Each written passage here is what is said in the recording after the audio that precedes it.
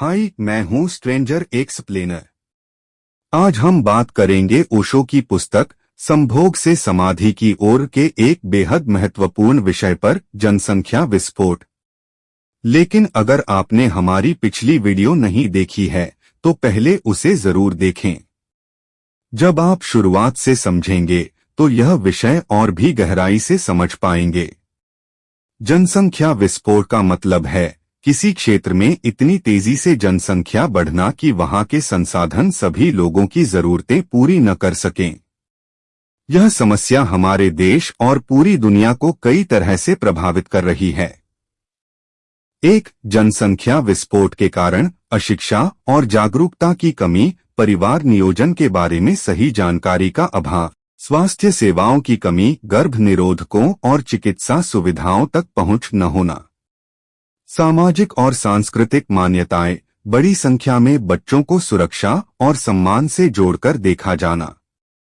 2, इसके दुष्प्रभाव, बेरोजगारी, अधिक जनसंख्या के कारण रोजगार के अवसर घटते हैं।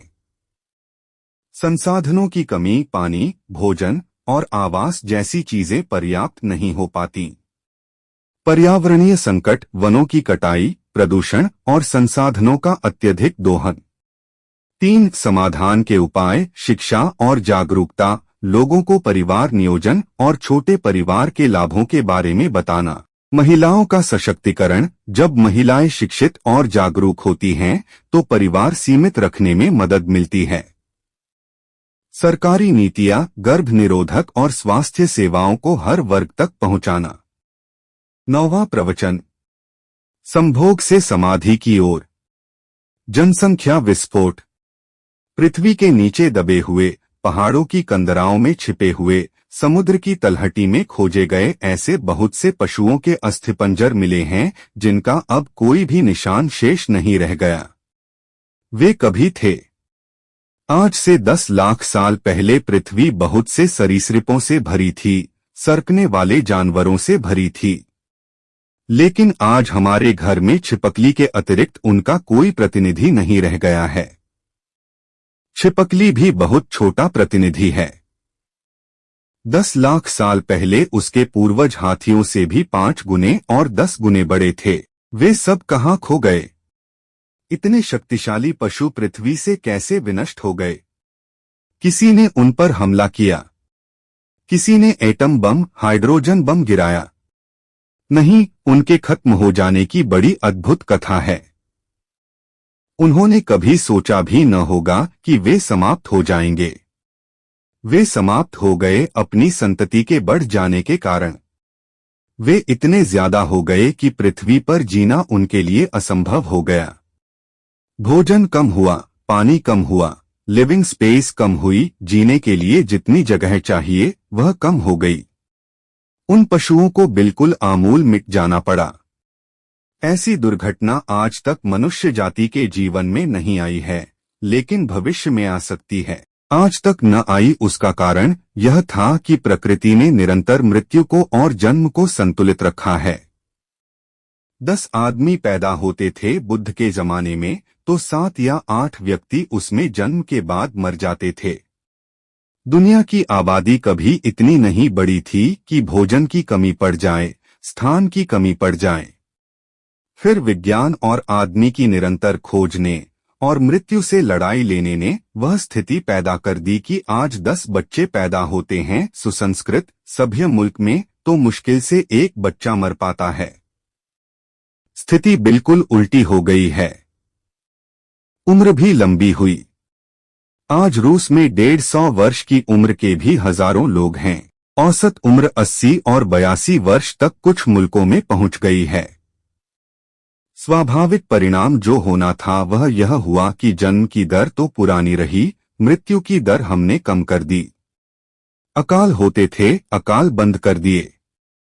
महामारियां आती थीं, प्लेग होता था, मलेरिया होता था, हैजा होता था, वे हमने कम कर दिए। हमने मृत्यु के बहुत से द्वार रोक दिए और जन्म के सब द्वार खुले छोड़ दिए। मृत्यु और जन्म के बीच जो संतुलन था वह विनष्ट हो गया। 1945 में हिरोशिमा में एटम बम गिरा, 1 लाख आदमी एटम बम से मरे। उस समय लोगों को लगा कि बहुत बड़ा खतरा है, अगर एटम बनता चला गया तो सारी दुनिया नष्ट हो सकती है। लेकिन आज जो लोग समझते हैं वे यह कहते हैं कि दुनिया के नष्ट होने की संभावना एटम से बहुत कम है। दुनिया के नष्ट होने की संभावना, लोगों के मरने की, नष्ट होने की जो नई संभावना है वह है लोगों के पैदा होने से। एक एटम बम गिराकर हिरोशिमा में 1 लाख आदमी हमने मारे, लेकिन हम प्रतिदिन 1.5 लाख आदमी सारी दुनिया में बढ़ा लेते हैं। एक हिरोशिमा, 1.5 हिरोशिमा हम रोज पैदा कर लेते हैं। 1.5 लाख आदमी प्रतिदिन बढ़ जाता है। इसका डर है कि अगर इसी तरह संख्या बढ़ती चली गई तो इस सदी के पूरे होते होते कोहनी हिलाने के लिए भी जगह पृथ्वी पर शेष नहीं रह जाएगी, और तब सभाएं करने की जरूरत न होगी, क्योंकि हम 24 घंटे सभाओं में ही होंगे। आज भी न्यूयॉर्क या बंबई में 24 घंटे कोहनी हिलाने की फुर्सत नहीं है, सुविधा नहीं है, अवकाश नहीं है। ऐसी स्थिति सारी पृथ्वी की हो जानी सुनिश्चित है। इसलिए इस समय सबसे बड़ी चिंता जो मनुष्य जाति के हित के संबंध में सोचते हैं उन लोगों के समक्ष एक्सप्लोजन ऑफ पॉपुलेशन है। यह जो जनसंख्या का विस्फोट है, यह है। हमने मृत्यु को रोक दिया और जन्म को अगर हमने पुराने रास्ते पर चलने दिया तो बहुत डर है कि पृथ्वी हमारी संख्या से ही डूब जाए और नष्ट हो जाए। हम इतने ज्यादा हो जाएं कि जीना असंभव हो जाए।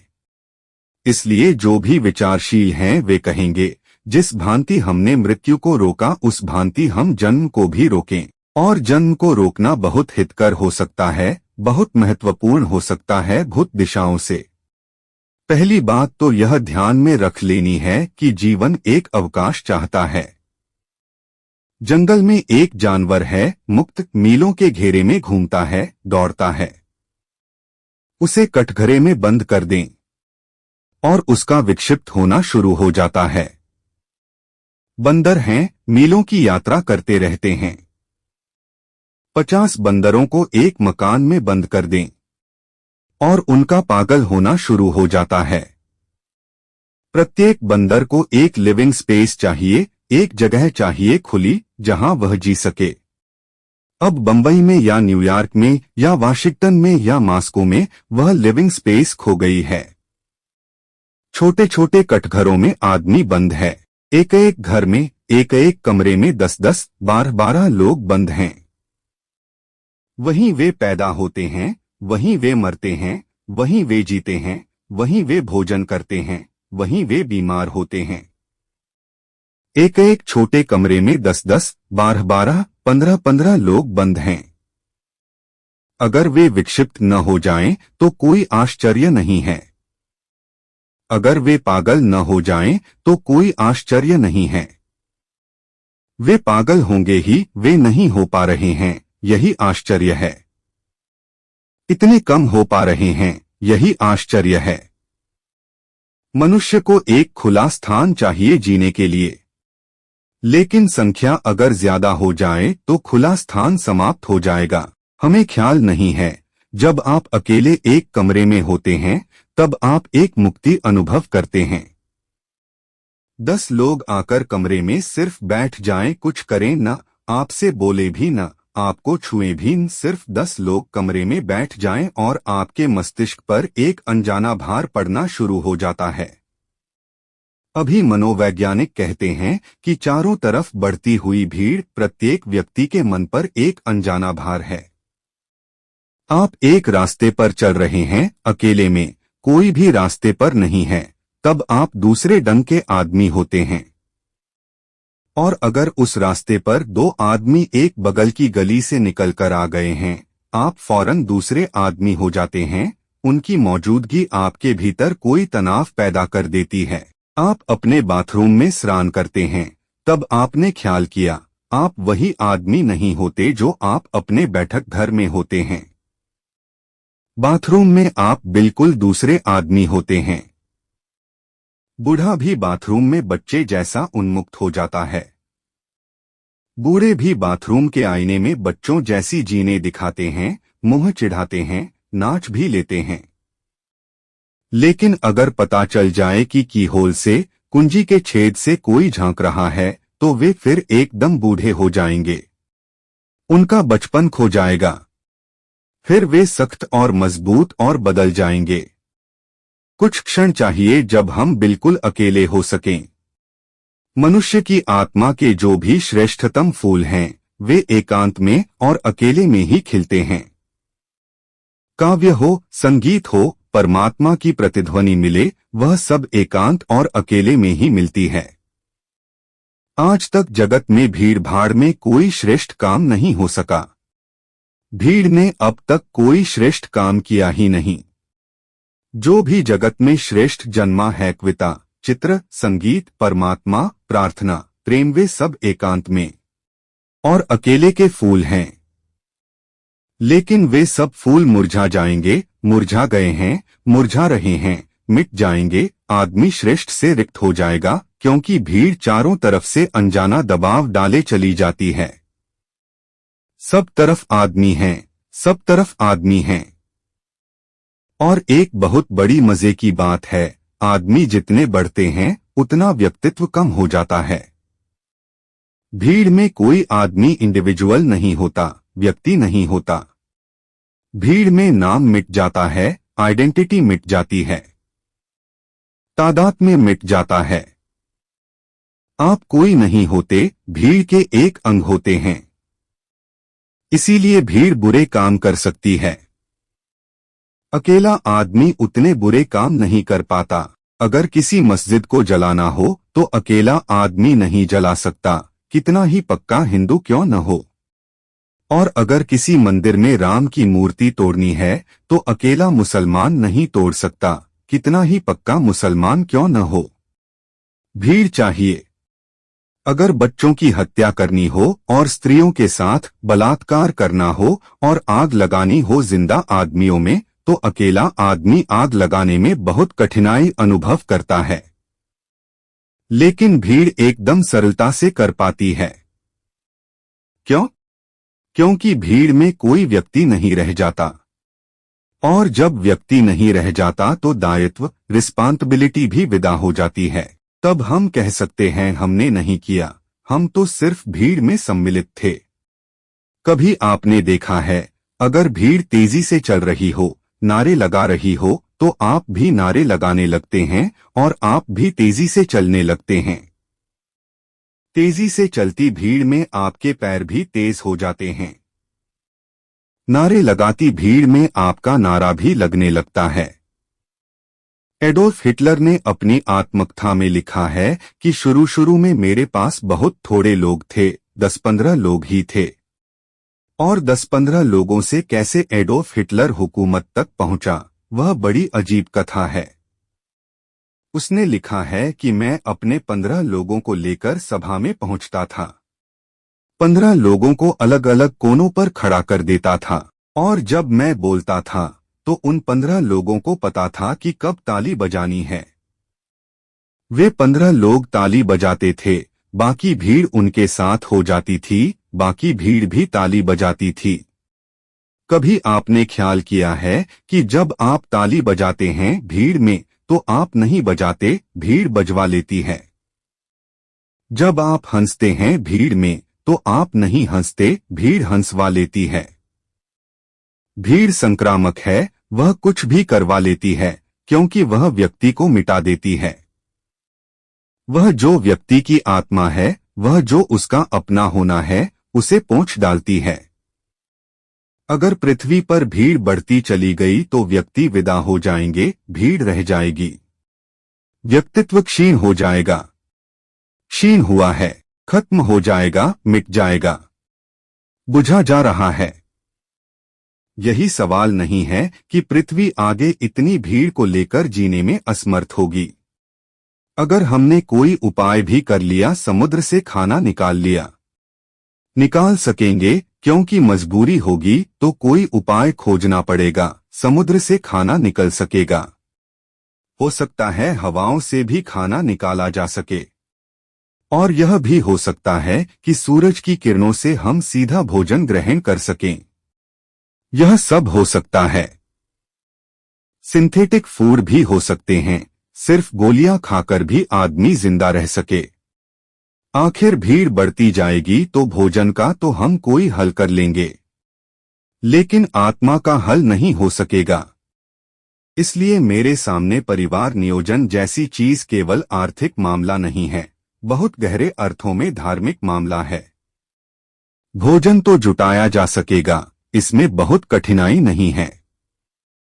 अगर भोजन की ही कठिनाई अगर लोग समझते हों तो बिल्कुल गलत समझते हैं। अभी समुद्र खाली पड़े हैं, अभी समुद्रों में बहुत भोजन है। और वैज्ञानिक प्रयोग यह कह रहे हैं कि समुद्रों के पानी से बहुत भोजन निकाला जा सकता है। आखिर मछली समुद्र से भोजन ले रही है। लाखों तरह के जानवर समुद्र से भोजन ले रहे हैं, पानी से। तो पानी से हम भी भोजन निकाल सकते हैं। आखिर मछली को हम खा लेते हैं तो हमारा भोजन बन जाता है। और मछली ने जो भोजन लिया वह पानी से लिया। अगर हम एक मशीन बना सकें जो मछली का काम कर सके तो पानी से हम सीधा भोजन पैदा कर लेंगे। आखिर मछली भी एक मशीन का काम करती है। घास खाती है गाय, फिर गाय का दूध पी लेते हैं हम सीधा घास खाएं तो मुश्किल होती है, बीच में मध्यस्थ गाय चाहिए। गाय घास को इस हालत में बदल देती है कि हमारे भोजन के योग्य हो जाता है। आज नहीं कल हम मशीन की गाय भी बना लेंगे जो घास को इस हालत में बदल दे कि हम उसको ले लें। सिंथेटिक दूध जल्दी ही बन सकेगा। आखिर वेजिटेबल घी बन सकता है तो वेजिटेबल दूध क्यों नहीं बन सकता है? कोई कठिनाई नहीं है। भोजन का मामला तो हल हो जाएगा, लेकिन असली सवाल भोजन का नहीं है, असली सवाल ज्यादा गहरे हैं। अगर आदमी की भीड़ बढ़ती जाती है और पृथ्वी कीड़े मकोड़ों की तरह आदमी से भर जाती है तो आदमी की आत्मा खो जाएगी। और उस आत्मा को देने का विज्ञान के पास कोई उपाय नहीं है, वह आत्मा खो ही जाएगी। और अगर भीड़ बढ़ती चली जाती है तो एक एक व्यक्ति पर चारों तरफ से इतना अनजाना दबाव पड़ेगा। हमें अनजाने दबाव दिखाई नहीं पड़ते। आप जमीन पर चलते हैं, आपने कभी सोचा है कि जमीन का ग्रेविटेशन आपको खींच रहा है? नहीं, हम बचपन से उसके आदी हो जाते हैं, इसलिए पता नहीं चलता। लेकिन जमीन से बहुत बड़ा वजन हमें पूरे वक्त खींचे हुए है। वह तो अभी चांद पर जो यात्री गए उनको पता चला कि जमीन, अब लौटकर उनको जमीन वैसी कभी न लगेगी जैसी पहले लगी थी, क्योंकि चांद पर वे 7 फीट ऊंची छलांग भी लगा सकते हैं। चांद की पकड़ बहुत कम है, चांद बहुत नहीं खींचता है। जमीन बहुत जोर से खींच रही है। हवाएं चारों तरफ से दबा रही हैं, लेकिन उनका हमें पता नहीं चलता क्योंकि हम उनके आदी हो गए हैं। और अनजाने दबाव भी हैं मानसिक। ये तो भौतिक दबाव हैं। चारों तरफ लोगों की मौजूदगी भी हमको दबा रही है। वे भी हमें भीतर की तरफ प्रेस कर रहे हैं। सिर्फ उनकी मौजूदगी भी हमें परेशान किए हुए है। अगर यह भीड़ बढ़ती चली जाती है तो एक सीमा पर पूरी मनुष्यता के न्यूरोटिक विक्षिप्त हो जाने का डर है। सच तो यह है कि आधुनिक मनोविज्ञान मनोविश्लेषण यह कहता है कि जो लोग पागल हुए जा रहे हैं, उन पागल होने वालों में 90% पागल ऐसे हैं जो भीड़ के दबाव को नहीं सह पा रहे हैं। दबाव चारों तरफ से बढ़ता चला जा रहा है और भीतर दबाव को सहना मुश्किल हुआ जा रहा है। उनके मस्तिष्क की नसें फटी जा रही हैं। इसलिए बहुत गहरे में सवाल सिर्फ मनुष्य के फिजिकल सर्वाइवल, शारीरिक बचाव का नहीं, उसके आत्मिक बचाव का भी है। इसलिए जो लोग यह कहते हों कि संतति नियमन जैसी चीजें अधार्मिक हैं, उन्हें धर्म का कोई पता ही नहीं है।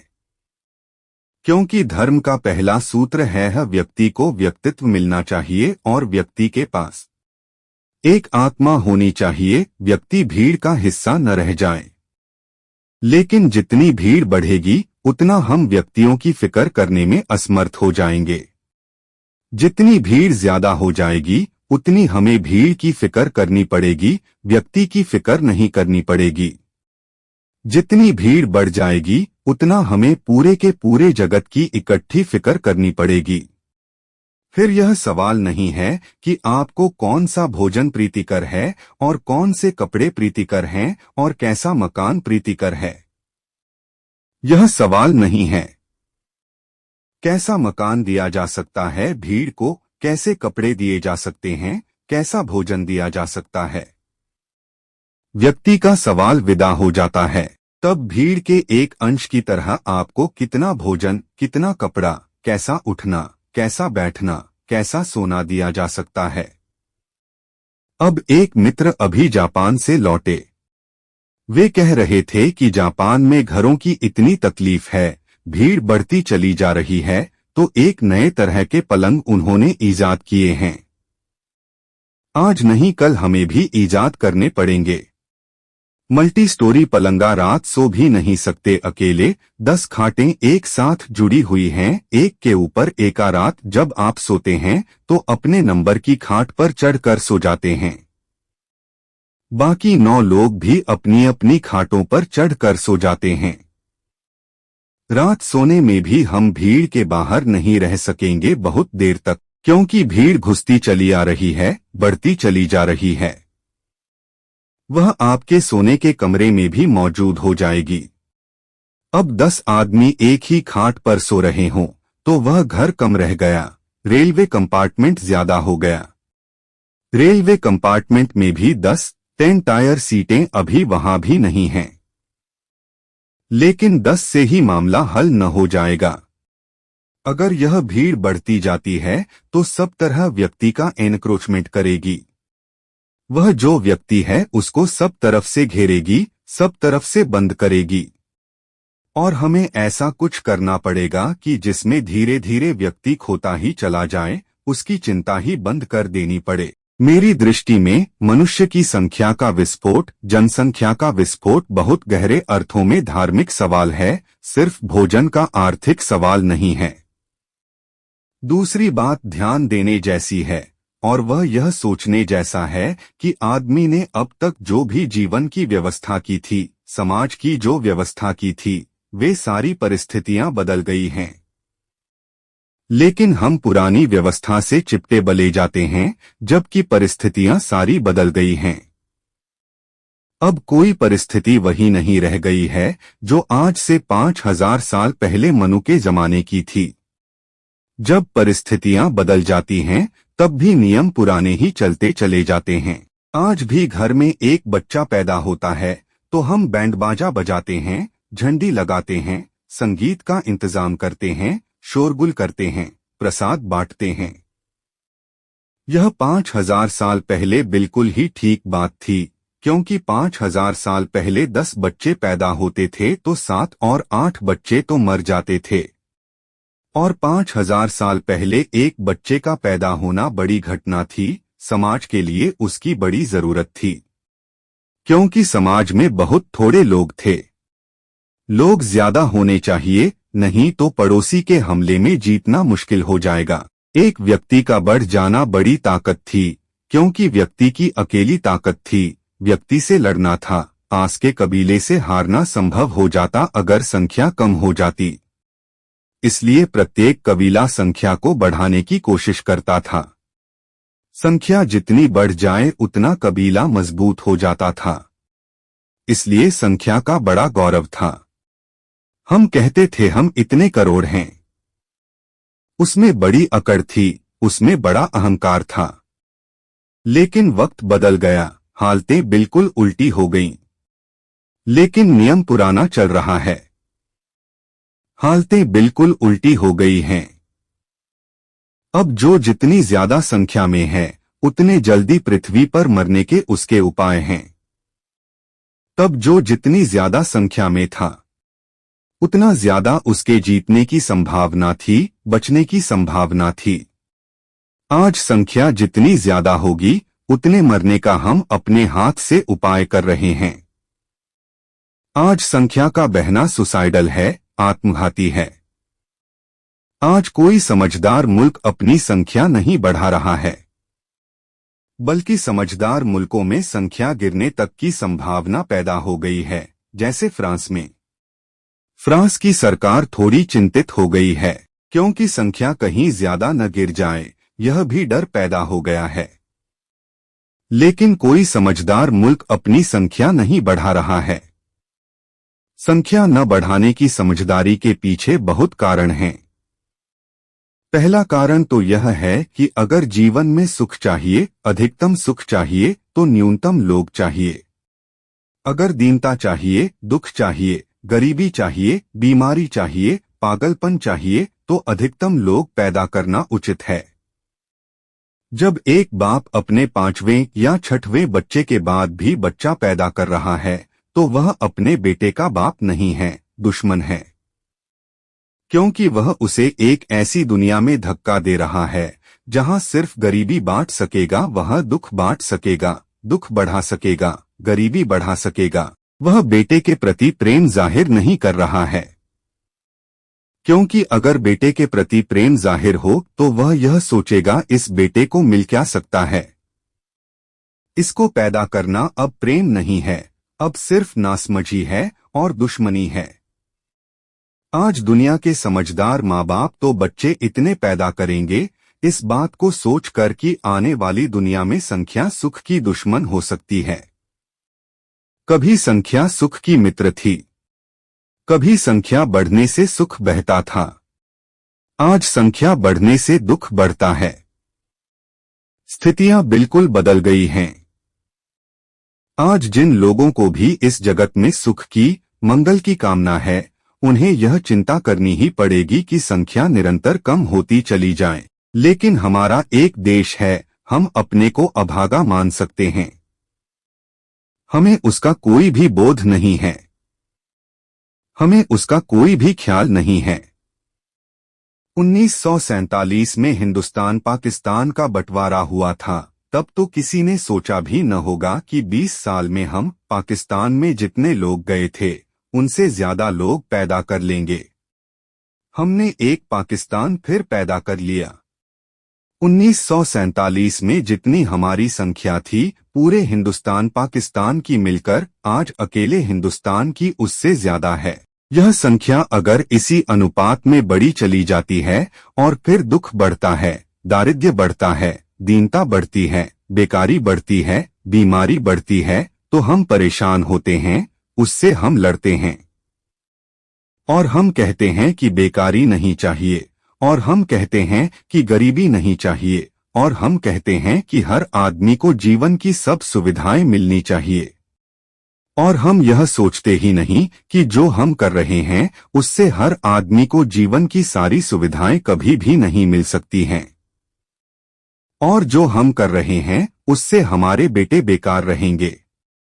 और जो हम कर रहे हैं उससे भिखमंगी बढ़ेगी, गरीबी बढ़ेगी। लेकिन धर्मगुरु हैं इस मुल्क में जो समझाते हैं कि यह ईश्वर के विरोध में है, यह बात संततिनियमन की बात ईश्वर के विरोध में है। इसका यह मतलब हुआ कि ईश्वर चाहता है कि लोग दीन रहें, दरिद्र रहें, भीख मांगे, गरीब हों, भूखे मरें सड़कों पर। अगर ईश्वर यही चाहता है तो ऐसे ईश्वर की चाह को भी इनकार करना पड़ेगा। लेकिन ईश्वर ऐसा कैसे चाह सकता है? लेकिन धर्मगुरु चाह सकते हैं, क्योंकि एक बड़े मजे की बात है। दुनिया में जितना दुख हो, धर्मगुरु की दुकान उतनी ही ठीक से चलती है। दुनिया में सुख हो तो उसकी दुकान चलनी बंद हो जाती है। धर्मगुरु की दुकान दुनिया के दुख पर निर्भर है। सुखी और आनंदित आदमी धर्मगुरु की तरफ नहीं जाता। स्वस्थ और प्रसन्न आदमी धर्मगुरु की तरफ नहीं जाता। दुखी, बीमार, परेशान धर्मगुरु की तलाश करता है। हाँ, सुखी और आनंदित आदमी धर्म की खोज कर सकता है, लेकिन धर्मगुरु की नहीं। सुखी और आनंदित व्यक्ति अपनी तरफ से सीधा परमात्मा की खोज पर जा सकता है, लेकिन किसी का सहारा मांगने नहीं जाता। दुखी और परेशान आदमी आत्मविश्वास खो देता है। वह किसी का सहारा चाहता है, किसी गुरु के चरण चाहता है, किसी का हाथ चाहता है, किसी का मार्गदर्शन चाहता है। दुनिया में जब तक दुख है तभी तक धर्मगुरु टिक सकता है। धर्म तो टिकेगा सुखी हो जाने के बाद भी, लेकिन धर्मगुरु के टिकने का कोई उपाय नहीं है। इसलिए धर्मगुरु चाहेगा कि दुख खत्म न हो जाए, दुख समाप्त न हो जाए। अजीब अजीब धंधे हैं। मैंने सुना है एक रात एक होटल में बहुत देर तक कुछ मित्र आकर शराब पीते रहे, भोजन करते रहे। आधी रात वे विदा होने लगे तो मैनेजर ने होटल के अपनी पत्नी से कहा कि ऐसे भले लोग, ऐसे प्यारे लोग, ऐसे दिलफेंक लोग, ऐसे खर्च करने वाले लोग अगर रोज आएं तो हमारी जिंदगी में आनंद ही आनंद हो जाए। चलते वक्त मेहमानों से उसने कहा कि आप कभी कभी आया करें। बड़ी कृपा रही कि आप आए, हम बड़े आनंदित हुए।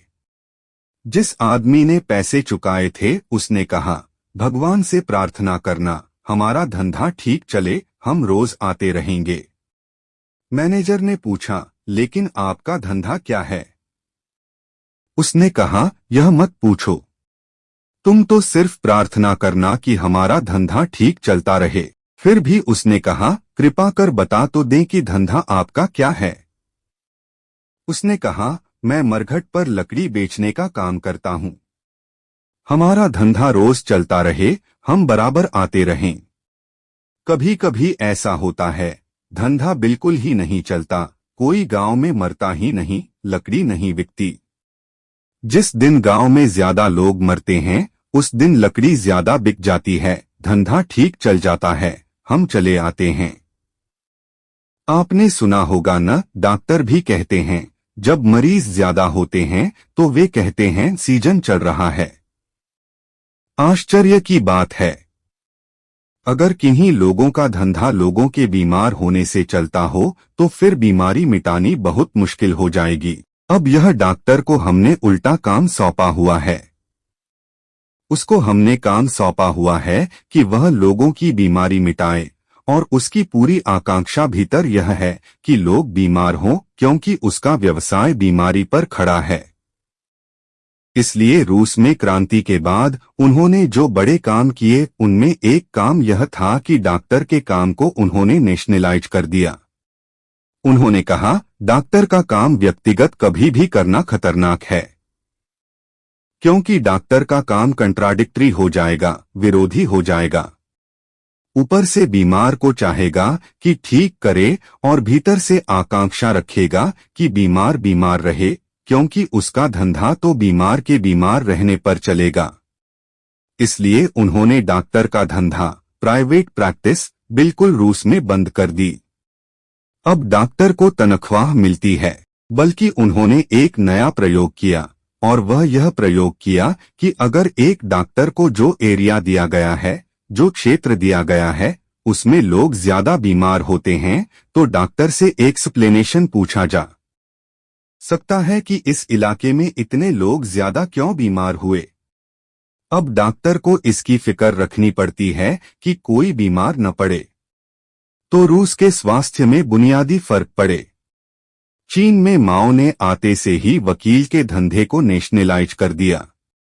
उसने कहा, वकील का धंधा खतरनाक है, क्योंकि वकील का धंधा भी कंट्राडिक्टरी है तो वह इसलिए कि न्याय उपलब्ध हो, और उसकी सारी चेष्टा यह रहती है कि उपद्रव हो, चोरियां हो, हत्याएं हो, क्योंकि उस पर उसका धंधा निर्भर करता है।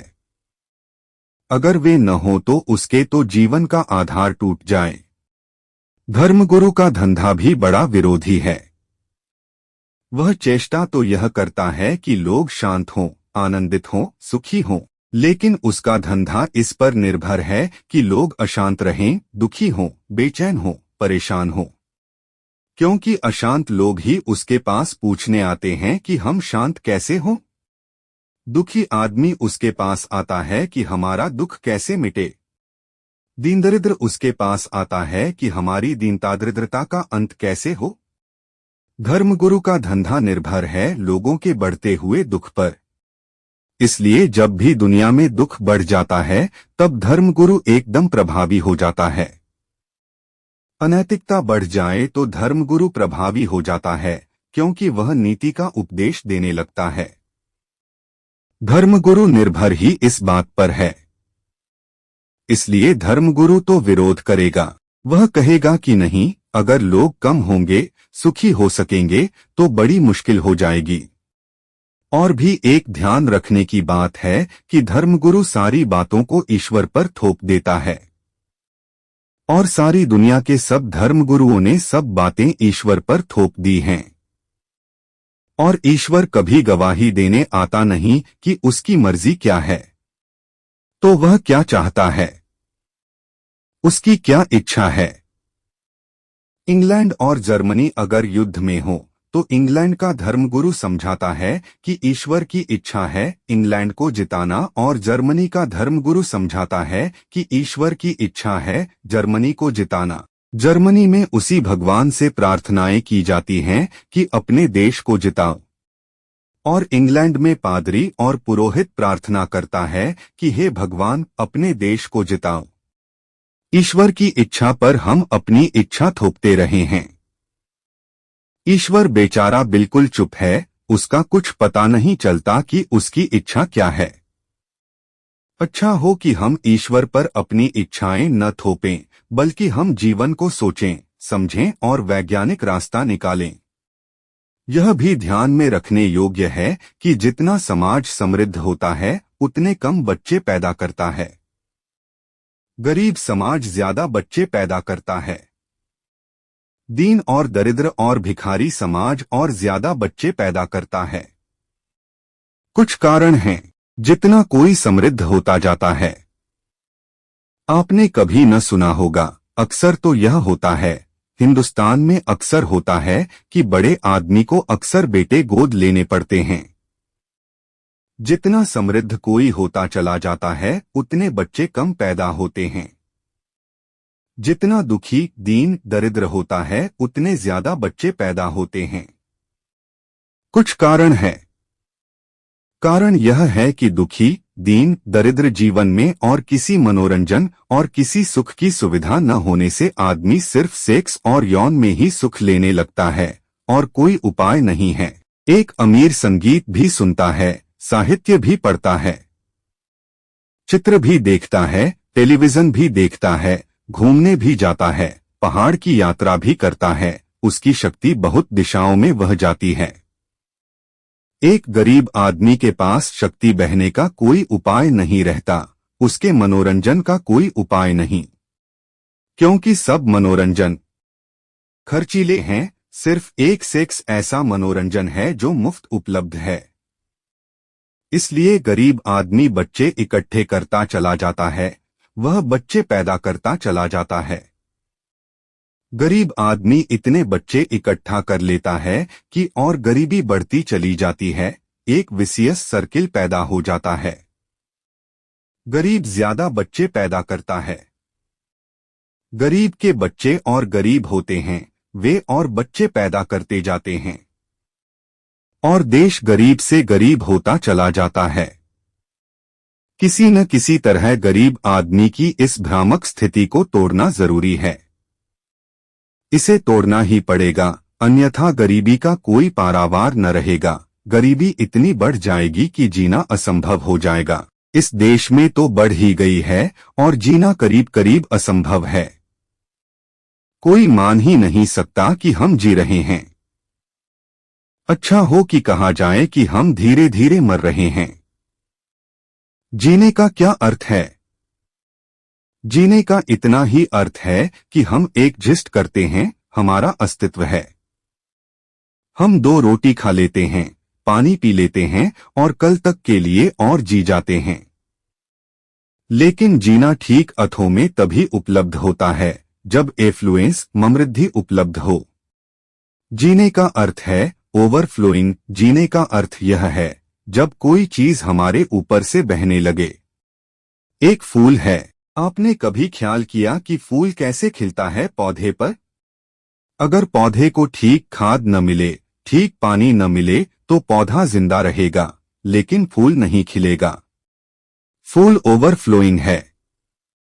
जब पौधे में इतनी शक्ति इकट्ठी हो जाती है कि अब पत्तों को, जड़ों को, शाखाओं को कोई जरूरत नहीं रह जाती, कुछ अतिरिक्त जब पौधे के पास इकट्ठा हो जाता है, तब फूल खिलता है। फूल जो है वह अतिरिक्त है, इसीलिए फूल सुंदर है। वह अतिरेक है, वह बहाव है, वह किसी चीज का बहुत हो जाने से बहाव है। जीवन में सभी सौंदर्य अतिरेक है, सभी सौंदर्य ओवरफ्लोइंग है, ऊपर से बह जाना है। जीवन का सब आनंद भी अतिरेक है। जीवन में जो भी श्रेष्ठ है वह सब ऊपर से बहा हुआ है। महावीर और बुद्ध राजाओं के बेटे हैं, कृष्ण और राम भी राजाओं के बेटे हैं। यह ओवरफ्लोइंग है। ये फूल जो खिले ये गरीब के घर में नहीं खिल सकते थे। कोई महावीर गरीब के घर में पैदा नहीं होता, और कोई बुद्ध भी गरीब के घर में पैदा नहीं होता, और कोई राम भी नहीं, और कोई कृष्ण भी नहीं। गरीब के घर में ये फूल नहीं खिल सकते, गरीब सिर्फ जी सकता है। उसका जीना इतना न्यूनतम है कि उसमें फूल खिलने का उपाय नहीं। वह गरीब पौधा है। वह किसी तरह जी लेता है, किसी तरह उसके पत्ते भी हो जाते हैं, किसी तरह शाखाएं भी निकल आती हैं। न तो वह पूरी ऊंचाई ग्रहण कर पाता है, न सूरज को छू पाता है, न आकाश की तरफ उठ पाता है, न उसमें फूल खिल पाते हैं। क्योंकि फूल तो तभी खिल सकते हैं जब पौधे के पास जीने से अतिरिक्त शक्ति इकट्ठी हो जाए। जीने से जो अतिरिक्त इकट्ठा होता है तभी फूल खिलते हैं। ताजमहल भी वैसा ही फूल है, वह अतिरेक से निकला हुआ फूल है। जगत में जो भी सुंदर है, साहित्य है, काव्य है, संगीत है, वह सब अतिरेक से निकले हुए फूल हैं। गरीब की जिंदगी में फूल कैसे खिल सकते हैं? लेकिन हम रोज अपने को गरीब करने का उपाय करते चले जाएं। और ध्यान रहे, जीवन में जो सबसे बड़ा फूल है परमात्मा का, वह संगीत, साहित्य और काव्य और चित्र और जीवन के छोटे आनंद से भी ज्यादा जब शक्ति ऊपर इकट्ठी होती है, तब वह परम फूल खिलता है परमात्मा का। लेकिन गरीब समाज उस फूल के लिए कैसे उपाय बना सकता है? गरीब समाज रोज दीन होता है, रोज हीन होता चला जाता है। गरीब बाप 2 बेटे पैदा करता है तो अपने से दुगने गरीब पैदा कर जाता है, उसकी गरीबी भी बंट जाती है। हिंदुस्तान कई सैकड़ों सालों से अमीरी नहीं बांट रहा है, सिर्फ गरीबी बांट रहा है। जब एक बाप अपने 4 बेटों में विभाजन करता है तो बाप की संपत्ति नहीं बंटती, संपत्ति तो है ही नहीं। बाप ही गरीब था, बाप के पास ही कुछ न था, वह खुद ही कभी नहीं जी पाया कि अतिरेक का फूल खिल पाए। बाप सिर्फ अपनी गरीबी बांट देता है और 4 और चौगुने गरीब समाज में खड़ा कर जाता है। और विसियस सर्किल, दुष्टचक्र यह है कि वे 4 बेटे गरीब होने की वजह से सेक्स में ही रस खोजेंगे और बच्चे पैदा करते चले जाएंगे। हाँ, धर्मगुरु सिखाते हैं ब्रह्मचर्य। वे कहते हैं कि गरीब को भी अगर बच्चे नहीं पैदा करना है तो वह ब्रह्मचर्य का पालन करे। मैंने कहा कि मनोरंजन के सब साधन उसे बंद हैं। और धर्मगुरु कहते हैं कि यह एक साधन और मनोरंजन का उसके जीवन में थोड़े रस का है, वह इसको भी ब्रह्मचर्य से बंद कर दे। तब तो गरीब आदमी मर गया। वह चित्र देखने जाता है तो रुपया खर्च होता है, वह संगीत सुनने जाता है तो रुपया खर्च होता है, वह किताब पढ़ने जाता है तो रुपया खर्च होता है। एक सस्ता और मुफ्त मिला साधन था। धर्मगुरु कहता है ब्रह्मचर्य से वह उसे भी बंद कर दे। इसलिए धर्मगुरु समझाते रहते हैं ब्रह्मचर्य की बात, कोई उनकी सुनता नहीं। खुद धर्मगुरु ही नहीं सुनते हैं अपनी बात। कोई नहीं सुनता, वह बकवास बहुत लंबी चल चुकी, उससे कोई परिणाम नहीं हुआ, उससे कोई हित भी नहीं हुआ। विज्ञान ने ब्रह्मचर्य की जगह एक नया उपाय दिया जो सर्वसुलभ हो सकता है। वह है संतति नियमन के कृत्रिम साधन, जिनसे व्यक्ति को ब्रह्मचर्य में बंधने की कोई जरूरत नहीं। जीवन के द्वार खुले रह सकते हैं। अपने को सप्रेस करने की और दमन करने की भी कोई जरूरत नहीं। और यह भी ध्यान रहे, जो व्यक्ति एक बार अपनी यौन की प्रवृत्ति को जोर से दबा दे अपने भीतर, वह व्यक्ति सदा के लिए किन्हीं गहरे अर्थों में रुग्ण हो जाता है। यौन की वृत्ति से मुक्त हुआ जा सकता है, लेकिन यौन की वृत्ति को दबाकर कोई कभी मुक्त नहीं होता। यौन की वृत्ति से मुक्त हुआ जा सकता है अगर यौन में निकलने वाली शक्ति किसी और आयाम में, किसी और दिशा में प्रवाहित हो जाए तो मुक्त हुआ जा सकता है। एक वैज्ञानिक मुक्त हो जाता है बिना किसी ब्रह्मचर्य के, बिना राम राम का पाठ किए, हनुमान चालीसा पढ़े। एक वैज्ञानिक मुक्त हो जाता है क्योंकि सारी शक्ति की ऊर्जा, सारी ऊर्जा विज्ञान की खोज में लग जाती है। एक चित्रकार भी मुक्त हो सकता है, एक संगीतज्ञ भी मुक्त हो सकता है, एक परमात्मा का खोजी भी मुक्त हो सकता है। ध्यान रहे, लोग कहते हैं ब्रह्मचर्य शर्त है परमात्मा की खोज की। मैं कहता हूं यह बात गलत है। हाँ, परमात्मा की खोज में जाने वाला ब्रह्मचर्य को उपलब्ध हो जाता है। यह परिणाम है। अगर कोई परमात्मा की खोज में पूरी तरह चला गया तो उसकी सारी शक्तियां इतनी लीन हो जाती हैं कि उसके पास यौन की दिशा में जाने के लिए शक्ति का न बहाव बचता है, न आकांक्षा बचती है। ब्रह्मचर्य से कोई परमात्मा की तरफ नहीं जाता, लेकिन परमात्मा की तरफ जाने वाला ब्रह्मचर्य को उपलब्ध हो जाता है। लेकिन अगर हम किसी को कहें कि वह बच्चे रोकने के लिए ब्रह्मचर्य का उपयोग करे, गांधी जी निरंतर वही कहते रहे और भी इस मुल्क के महात्मा यही कहते हैं कि ब्रह्मचर्य का उपयोग करो। लेकिन गांधी जी जैसे बढ़िया आदमी भी ठीक ठीक अर्थों में ब्रह्मचर्य को कभी उपलब्ध नहीं हो सके। वे भी कहते हैं कि मेरे स्वप्नों में भी कामवासना उत्तर आती है। वे भी कहते हैं कि दिन तो मैं किसी तरह संयम रख पाता हूं, लेकिन रातों रात संयम टूट जाता है। और जीवन के अंतिम दिनों में एक स्त्री को बिस्तर पर लेकर सोकर वे प्रयोग करते थे कि कहीं अभी भी तो कामवासना शेष नहीं रह गई। 70 वर्ष की उम्र में एक युवती को रात बिस्तर पर सोते थे लेकर, यह जानने के लिए कि कहीं कामवासना शेष रह गई कि नहीं। मुझे पता नहीं कि क्या परिणाम हुआ, क्या वे जान पाए। लेकिन एक बात तो पट्टी है कि उन्हें शक रहा होगा 70 वर्ष की उम्र तक की ब्रह्मचर्य उपलब्ध नहीं हुआ, अन्यथा इस परीक्षा की कोई जरूरत न थी। ब्रह्मचर्य की बात एकदम अवैज्ञानिक, अव्यावहारिक है। कृत्रिम साधन का उपयोग किया जा सकता है और मनुष्य के चित्त पर बिना कोई दबाव दिए उसका उपयोग किया जा सकता है। कुछ प्रश्न हैं जो उठाए जाते हैं, उनके भी मैं उत्तर देना पसंद करूंगा। एक प्रश्न अभी अभी मैं आया तो एक मित्र ने कहा कि अगर यह बात समझी जाए तो जो समझदार हैं, बुद्धिजीवी हैं, इंटेलिजेंसिया है, मुल्क का जो अभिजात वर्ग है, बुद्धिमान समझदार, वह तो रोक लेगा, वह तो संतति नियमन कर देगा, परिवार नियोजन कर लेगा। लेकिन जो दीनहीन है, गरीब है, बेपढ़ा लिखा है, गांव का है, ग्राम्य है, जो सुनता ही नहीं, किसी की समझता भी नहीं, वह बच्चे पैदा करता चला जाएगा।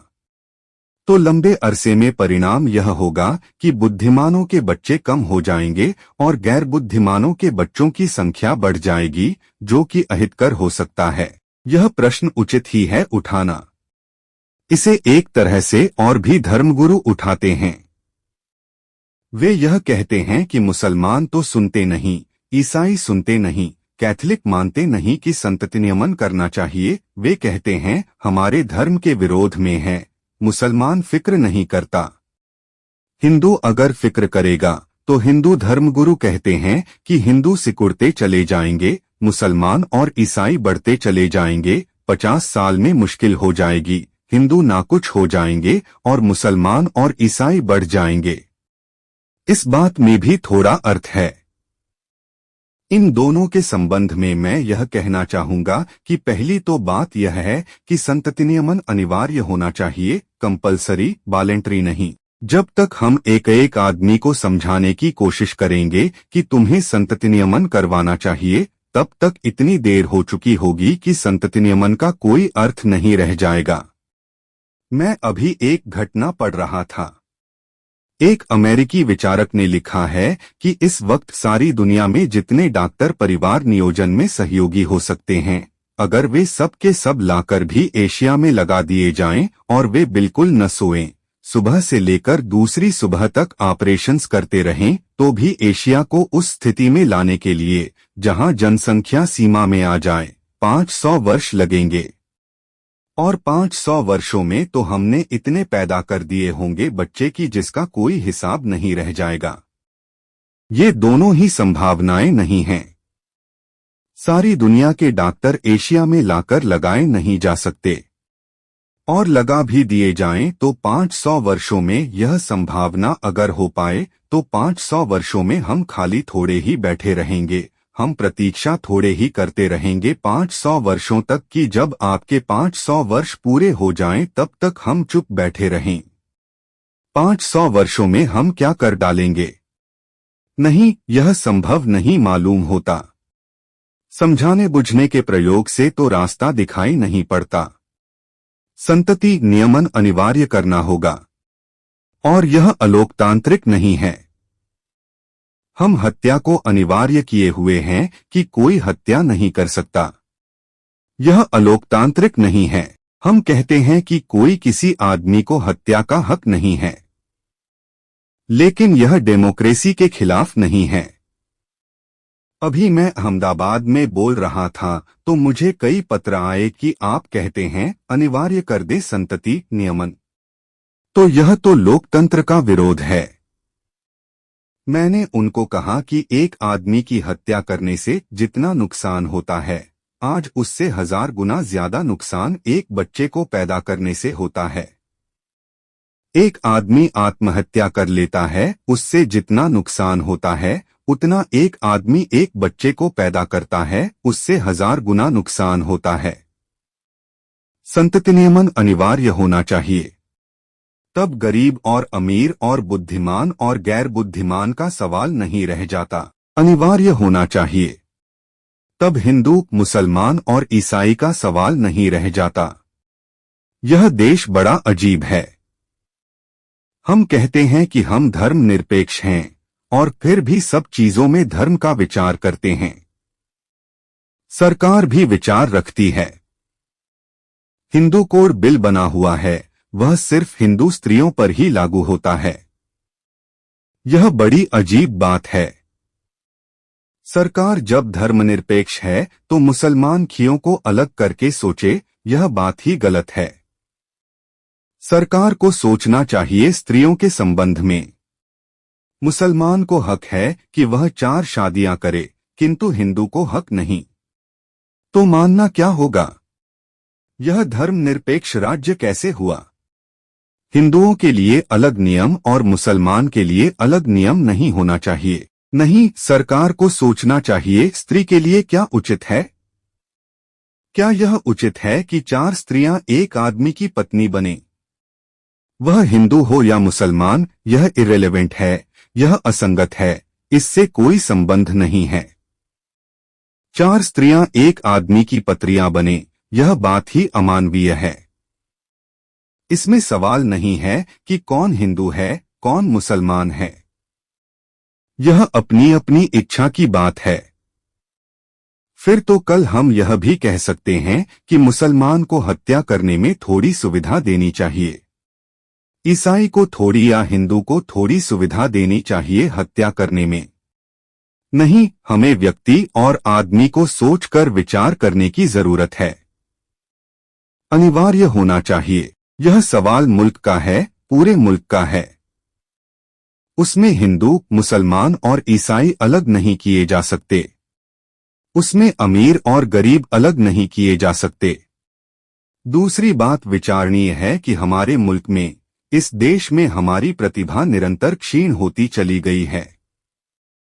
अगर हम आगे भी ऐसे ही बच्चे पैदा करना जारी रखते हैं तो संभावना है कि हम सारे जगत में प्रतिभा में धीरे धीरे और पिछड़ते चले जाएं। अगर इस जाति को ऊंचा उठना हो स्वास्थ्य में, सौंदर्य में, चिंतना में, प्रतिभा में, मेधा में, तो हमें प्रत्येक आदमी को बच्चे पैदा करने का हक नहीं देना चाहिए। पहली तो बात मैं यह मानता हूं कि संतति नियमन अनिवार्य होना चाहिए। दूसरी बात मैं यह मानता हूं कि प्रत्येक व्यक्ति को बच्चे पैदा करने का हक जब तक विशेषज्ञ न दे दें, तब तक बच्चे पैदा करने का हक किसी को भी नहीं रह जाना चाहिए। बच्चे पैदा करने के हक के बाद 2 बच्चे कोई पैदा कर सकता है, लेकिन हक उसे मिलना चाहिए। उसके लिए हमें वैसे ही लाइसेंस देने चाहिए जो मेडिकल बोर्ड जब तक लाइसेंस न दे, कोई आदमी बच्चे पैदा नहीं कर सकेगा। कितने कोढ़ी बच्चे पैदा किए जाते हैं, कितने इडियट बच्चे पैदा किए जाते हैं, कितने संक्रामक रोगों से भरे हुए लोग बच्चे पैदा किए जाते हैं, और उनके बच्चे पैदा होते चले जाते हैं और बढ़ते चले जाते हैं। और इस देश में दया और दान करने वाले लोग हैं कि अगर वे खुद अपने बच्चे न पाल सकते हों तो हम उनके लिए अनाथालय खोलकर उनके बच्चों को पालने का भी इंतजाम करते हैं। यह ऊपर तो दान और दया दिखाई पड़ रही है, लेकिन ये बड़े खतरनाक लोग हैं जो ऐसे इंतजाम कर रहे हैं। इंतजाम तो यह होना चाहिए कि स्वस्थ, सुंदर, बुद्धिमान, प्रतिभाशाली, संक्रामक रोगों से ग्रसित नहीं, ऐसे ही और पुरुष को ही बच्चा पैदा करने का हक होना चाहिए। असल में शादी के पहले ही हर गांव में, हर नगर में सलाहकार समिति होनी चाहिए, डॉक्टर्स की, विचारशील मनोवैज्ञानिकों की, साइकोएनालिस्ट्स की, जो प्रत्येक व्यक्ति को यह हक दे कि तुम अगर दोनों शादी करते हो तो तुम बच्चे पैदा कर सकोगे या नहीं कर सकोगे, यह बता दे। शादी करने का हक प्रत्येक को है। ऐसे 2 लोग शादी कर सकते हैं जिनको की सलाह न दी जाए। वे शादी कर सकते हैं लेकिन बच्चे पैदा नहीं कर सकते।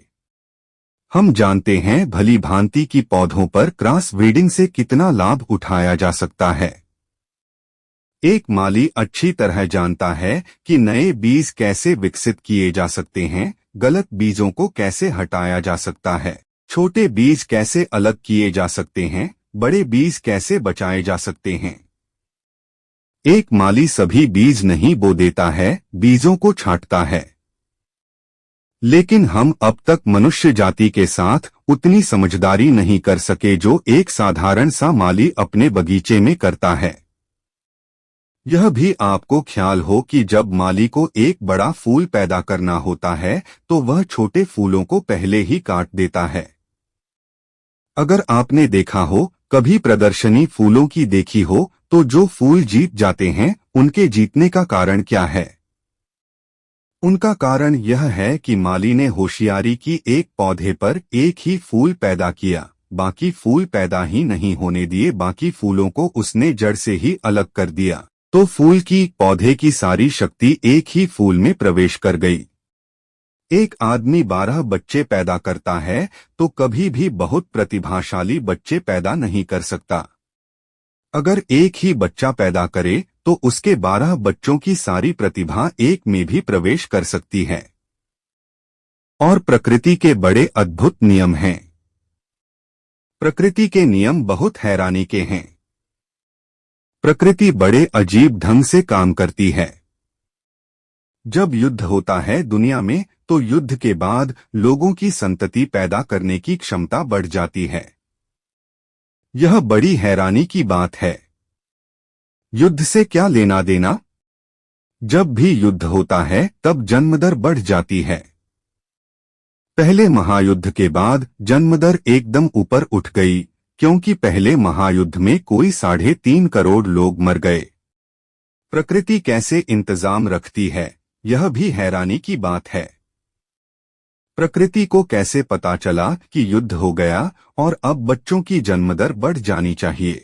दूसरे महायुद्ध में भी कोई 7.5 करोड़ लोग मरे और जन्मदर एकदम से बढ़ गई। महामारी के बाद, हैजे के बाद, प्लेग के बाद लोगों की जन्मदर बढ़ जाती है। प्रकृति का अपना आंतरिक इंतजाम है। अगर एक आदमी 50 बच्चे पैदा करे तो उसकी शक्ति 50 पर बिखर जाती है। अगर वह एक ही बच्चे पर केंद्रित करे तो उसकी शक्ति, उसकी प्रतिभा प्रकृति एक ही बच्चे में भी डाल देती है। मैं देख रहा था तो बहुत हैरान हुआ। जब बच्चे पैदा होते हैं तो 100 लड़कियां पैदा होती हैं, 116 लड़के पैदा होते हैं। यह अनुपात है सारी दुनिया में। अब यह बड़े मजे की बात है कि 116 लड़के किस लिए पैदा करना। 16 लड़के बेकार रह जाएंगे, इनको कौन लड़की मिलेगी। 100 लड़कियां पैदा होती हैं, 116 लड़के पैदा होते हैं। लेकिन प्रकृति का इंतजाम बहुत ही अद्भुत है और बहुत गहरा है। वह लड़कियों को कम पैदा करती है और लड़कों को ज्यादा, क्योंकि उम्र पाते पाते, मैच्योर होते होते, प्रौत्र होते होते 16 लड़के मर जाएंगे और संख्या बराबर हो जाएगी। असल में लड़कियों की जिंदगी में जीने का रेसिस्टेंस लड़कों से ज्यादा है। इसलिए 16 लड़के ज्यादा पैदा करती है प्रकृति, ताकि भूल चूक न हो। 16 लड़के मर जाएंगे, 100 लड़कियां रह जाएंगी, 100 लड़के रह जाएंगे। 14 साल के बाद संख्या बराबर हो जाएगी। सारी दुनिया में 14 साल के बाद संख्या बराबर हो जाएगी। वे 16 लड़के भूल चूक से बचने के लिए कि कोई लड़कियां खाली न रह जाएं, बिना लड़कों के न रह जाएं, इतना इंतजाम किया हुआ है। वह 116 लड़कियों की जिंदा रहने की शक्ति लड़कों से ज्यादा है। आमतौर पर पुरुष सोचता है कि वह सब तरह से शक्तिमान है। इस भूल में कभी मत पड़ना। कुछ बातों को छोड़कर खिया पुरुषों से कई अर्थों में ज्यादा शक्तिमान हैं। जैसे उनका रेसिस्टेंस, उनकी प्रतिरोध की शक्ति ज्यादा है। इसलिए तो हम शादी करते हैं तो हम 4-5 साल उम्र बड़ा लड़का खोजते हैं। आपने कभी ख्याल किया क्यों खोजते हैं? वह इसीलिए खोजते हैं कि अगर लड़कियां और लड़के बराबर उम्र के खोजे जाएं तो दुनिया में विधवाएं छूट जाएंगी, लड़के पहले मर जाएंगे। 70 साल में लड़के मर जाएंगे और स्त्रियां 75 और 76 साल तक जिंदा रह जाएंगी। तो सारी स्त्रियां विधवा रह जाएंगी पृथ्वी पर। वे विधवा न रह जाएं, इसलिए हम 5 साल का फर्क रखते हैं। पुरुष की जीने की क्षमता स्त्री से कम है, बीमारी सहने की क्षमता भी स्त्री से कम है। जिंदगी में मुसीबतों में से गुजर जाने की क्षमता भी पुरुष की कम है। शायद प्रकृति ने स्त्री को यह सारी क्षमता इसीलिए दी है कि वह बच्चे को पैदा करने की, बच्चे को झेलने की, बच्चे को बड़ा करने की इतनी तकलीफदेह प्रक्रिया है, उस सब को वह झेल सके। प्रकृति इंतजाम कर लेती है। अगर हम बच्चे कम पैदा करेंगे तो प्रकृति जो अनेक बच्चों पर प्रतिभा देती थी वह एक बच्चे पर ही डाल देगी। लेकिन वैज्ञानिक चिंतन हमारा नहीं है। आदमी इसलिए पिछड़ा हुआ है कि हम दूसरी चीजों के संबंध में वैज्ञानिक चिंतन कर लेते हैं, लेकिन आदमी के संबंध में नहीं कर पाते। आदमी के संबंध में हम बड़े अवैज्ञानिक हैं। हम कहते हैं हम कुंडली मिलाएंगे, हम कहते हैं कि हम ब्राह्मण हैं तो हम ब्राह्मण से ही शादी करेंगे। विज्ञान तो कहता है कि शादी जितनी दूर हो उतने अच्छे बच्चे पैदा होंगे। अगर अंतर्जातीय हो तो बहुत अच्छा, अगर अंतर्देशीय हो तो और अच्छा, अगर अंतर्राष्ट्रीय हो तो और अच्छा, और अगर आज नहीं कल मंगल या कहीं आदमी मिल जाए तो अंतर्ग्रही, इंटरप्लेनेटरी हो तो और अच्छा है। क्योंकि हम जानते हैं भली भांति कि अगर अंग्रेज सांड लाया जाए और हिंदुस्तानी गाय हो तो जो बच्चे पैदा होते हैं उनका मुकाबला नहीं। वह क्रॉस ब्रीडिंग जो बच्चे पैदा करती है उनका मुकाबला नहीं। कब हम आदमी के संबंध में समझ का उपयोग करेंगे? अगर हम समझ का उपयोग करेंगे तो जो हम जानवर के साथ कर रहे हैं वही समझ जो फूल के साथ कर रहे हैं आदमी के साथ भी करनी जरूरी है। ज्यादा अच्छे बच्चे पैदा किए जा सकते हैं, ज्यादा स्वस्थ, ज्यादा उम्र तक जीने वाले, ज्यादा शक्तिशाली, ज्यादा प्रतिभाशाली। लेकिन उसके लिए कोई व्यवस्थापन देने की जरूरत है। परिवार नियोजन मनुष्य के वैज्ञानिक संतति नियोजन का पहला कदम है। अभी और कदम उठाने पड़ेंगे, यह तो सिर्फ पहला कदम है। लेकिन इस पहले कदम से एक क्रांति हो जाती है। वह क्रांति आपके ख्याल में नहीं है, वह मैं आपको कहना चाहता हूं। बड़ी जो क्रांति हो जाती है परिवार नियोजन की व्यवस्था से वह यह है, वह क्रांति यह है कि हम पहली दफे सेक्स को, यौन को संतति से तोड़ देते हैं। अब तक यौन संभोग का अर्थ था संतति का पैदा होना। अब हम दोनों को तोड़ देते हैं। अब हम कहते हैं कि संभोग हो सकता है, संतति के पैदा होने की कोई अनिवार्यता नहीं है। यौन और संतति को हम दो हिस्सों में तोड़ रहे हैं। यह बहुत बड़ी क्रांति है। इसका मतलब अंततः यह होगा कि अगर यौन से संतति के पैदा होने की संभावना नहीं है, यौन से हम संतति को अलग कर देते हैं, तो कल हम ऐसी संतति को भी पैदा करने की व्यवस्था करेंगे जिसका हमारे यौन से कोई संबंध न हो। वह दूसरा कदम होगा। आप अपने बेटे के लिए अच्छे शिक्षक की व्यवस्था करते हैं, आप ही पढ़ाने नहीं बैठ जाते, क्योंकि मैं इसका बाप हूं तो मैं ही इसको पढ़ाऊंगा।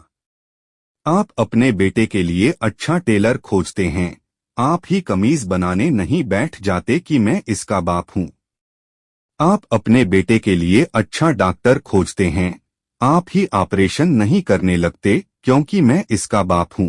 तो आप अपने बेटे के लिए पहले दिन से ही अच्छा वीर्यकण क्यों न खोजें।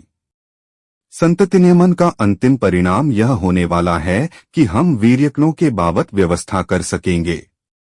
आइंस्टीन का वीर्यकण उपलब्ध हो सकता हो। और एक आदमी के पास कितने वीर्यकण हैं, कभी आपने सोचा? एक संभोग में एक आदमी इतने वीर्यकण खोता है कि उससे 1 करोड़ बच्चे पैदा हो सकते हैं। और एक आदमी जिंदगी में अंदाजन 4000 बार संभोग करता है, यानी 4000 करोड़ बच्चों का बाप एक आदमी बन सकता है। एक आदमी के वीर्यकण अगर संरक्षित हो सकें तो एक आदमी 4000 करोड़ बच्चों का बाप बन सकता है। एक आइंस्टीन 4000 करोड़ बच्चों को जन्म दे सकता है। एक युद्ध 4000 करोड़ बच्चों को जन्म दे सकता है। क्या उचित न होगा कि हम आदमी के बाबत विचार करें और हम इस बात की खोज करें? लेकिन संतति नियमन ने पहली घटना पूरी कर दी है, हमने सेक्स को तोड़ दिया। अब हम कहते हैं कि बच्चे की फिक्र छोड़ दो। संभोग किया जा सकता है, संभोग का सुख लिया जा सकता है, बच्चे की चिंता की कोई जरूरत नहीं। जैसे ही यह बात स्थापित हो जाएगी, दूसरा कदम भी उठाया जा सकेगा। और वह यह कि अब तुम संभोग करते हो जिससे उससे ही बच्चा पैदा हो, तुम्हारे ही संभोग से बच्चा पैदा हो, यह भी अवैज्ञानिक है। अब और अच्छी व्यवस्था की जा सकती है और अच्छा वीर्यकण उपलब्ध किया जा सकता है, वैज्ञानिक व्यवस्था की जा सकती है और तुम्हें वीर्यकण मिल सकता है। चूंकि अब तक हम उसको सुरक्षित नहीं रख सकते थे, अब तो सुरक्षित रखा जा सकता है। अब जरूरी नहीं है कि आप जिंदा हो तभी आपका बेटा पैदा हो। आपके मरने के 10,000 साल बाद भी आपका बेटा पैदा हो सकता है। इसलिए अब जल्दी करने की जरूरत नहीं है कि मेरा बेटा मेरे जिंदा रहने में पैदा हो जाए। वह बाद में 10,000 साल बाद भी पैदा हो सकता है। अगर मनुष्यता ने समझा कि आपका बेटा पैदा करना है तो वह आपके लिए सुरक्षा कर सकती है। आपका बच्चा कभी भी पैदा हो सकता है। अब बाप और बेटे का अनिवार्य संबंध उस हालत में नहीं रह जाएगा जिस हालत में अब तक था, वह टूट जाएगा। एक क्रांति हो रही है। लेकिन इस देश में हमारे पास समझ बहुत कम है। अभी तो हम संतति नियमन को ही नहीं समझ पा रहे हैं। वह पहला कदम है, वह सेक्स मॉरलिटी के संबंध में पहला कदम है। और एक दफा सेक्स की पुरानी मॉरलिटी, पुरानी नीति टूट जाए तो इतनी क्रांति होगी जिसका हिसाब लगाना मुश्किल है। क्योंकि हमें पता ही नहीं है कि जो भी हमारी नीति है वह किसी पुरानी यौन व्यवस्था से संबंधित है। वह यौन व्यवस्था पूरी टूट जाए तो पूरी नीति बदल जाएगी। धर्मगुरु इसलिए भी डरा हुआ है। गांधी जी और विनोबा जी इसलिए भी डरे हुए हैं। वे डरे हुए हैं इसलिए कि अगर यह कदम उठाया गया तो यह पुरानी पूरी नैतिक व्यवस्था को तोड़ देगा। नई नीति विकसित हो जाएगी अपने आप नई नीति विकसित हो जाएगी, क्योंकि पुरानी नीति का कोई अर्थ नहीं रह जाएगा। अब तक पुरुष के दबाव में थी स्त्री और स्त्री को निरंतर दबाया जा सकता था। पुरुष अपने सेक्स के संबंध में स्वतंत्रता बरत सकता था क्योंकि उसको पकड़ना मुश्किल था। इसलिए पुरुष ने एक ऐसी व्यवस्था बनाई थी जिसमें स्त्री की पवित्रता का पूरा इंतजाम रखा था और अपनी स्वतंत्रता का पूरा इंतजाम रखा था। इसलिए स्त्री को सती होना पड़ता था, पुरुष को नहीं। इसलिए स्त्री के कुंवारे होने पर भारी बल था, पुरुष के कुंवारे होने की कोई चिंता न थी। इसलिए अभी भी माताएं और स्त्रियां कहती हैं कि लड़के तो लड़के हैं, लेकिन लड़कियों के संबंध में हिसाब अलग है। अगर संतति ने मन की बात पूरी होगी और होनी ही पड़ेगी तो लड़कियां भी लड़कों जैसी ही हो जाएंगी, मुक्तः उनको फिर बांधने और दबाने का उपाय नहीं है। लड़कियां उपद्रव में पड़ जा सकती थीं, क्योंकि उनको गर्भ रह जा सकता था। पुरुष उपद्रव में नहीं पड़ता था, क्योंकि उसको गर्भ का कोई डर न था। नई व्यवस्था ने लड़कियों को भी लड़कों की स्थिति में खड़ा कर दिया है। पहली दफे स्त्री और पुरुष की समानता सिद्ध हो सकेगी, जो अब तक नहीं हो सकती थी। चाहे हम कितना ही चिल्लाते कि स्त्री और पुरुष समान हैं, वे समान नहीं हो सकते थे, क्योंकि पुरुष स्वतंत्रता बरत सकता था बिना पकड़े जाने के डर के, स्त्री स्वतंत्रता नहीं बरत सकती थी। विज्ञान की व्यवस्था ने स्त्री को पुरुष के निकट खड़ा कर दिया। अब वे दोनों बराबर स्वतंत्र हैं। अगर पवित्रता निश्चित करनी है तो दोनों को समान निश्चित करनी पड़ेगी, और अगर स्वतंत्रता तय करनी है तो दोनों समान रूप से स्वतंत्र होंगे। बर्थ कंट्रोल संतति नियमन के कृत्रिम साधन स्त्री को पहली बार पुरुष के समकक्ष बिठाते हैं। बुद्ध नहीं बिठा सके, महावीर नहीं बिठा सके, अब तक दुनिया का कोई महापुरुष नहीं बिठा सका स्त्री को बराबर। कहा उन्होंने कि दोनों बराबर हैं, लेकिन वे बराबर हो नहीं सके क्योंकि उनकी एनाटॉमी, उनकी शरीर की व्यवस्था, खासकर गर्भ की व्यवस्था कठिनाई में डाल देती थी। स्त्री कभी भी पुरुष की तरह स्वतंत्र नहीं हो सकी। आज पहली दफे स्त्री भी स्वतंत्र हो सकती है। अब इसके दो ही अर्थ होंगे, या तो स्त्री स्वतंत्र की जाए या पुरुष की अब तक की जो स्वतंत्रता थी उस पर पुनर्विचार किया जाए। सारी नीति को बदलना पड़ेगा। इसलिए धर्मगुरु परेशान हैं। अब मनु की नीति नहीं चल सकेगी क्योंकि सारी व्यवस्था बदल जाएगी, और इसलिए उनकी घबराहट स्वाभाविक है। लेकिन बुद्धिमान लोगों को समझ लेना चाहिए कि उनकी घबराहट उनकी नीति को बचाने के लिए मनुष्यता की हत्या नहीं की जा सकती। उनकी नीति जाती हो कल तो आज चली जाए, लेकिन मनुष्यता का बचना ज्यादा महत्वपूर्ण और ज्यादा जरूरी है। मनुष्य रहेगा तो हम नई नीति खोज लेंगे, और मनुष्य न रहा तो मनु की और याज्ञवल्क्य की किताबें सड़ जाएंगी और गल जाएंगी और नष्ट हो जाएंगी, उनको कोई बचा भी नहीं सकता है।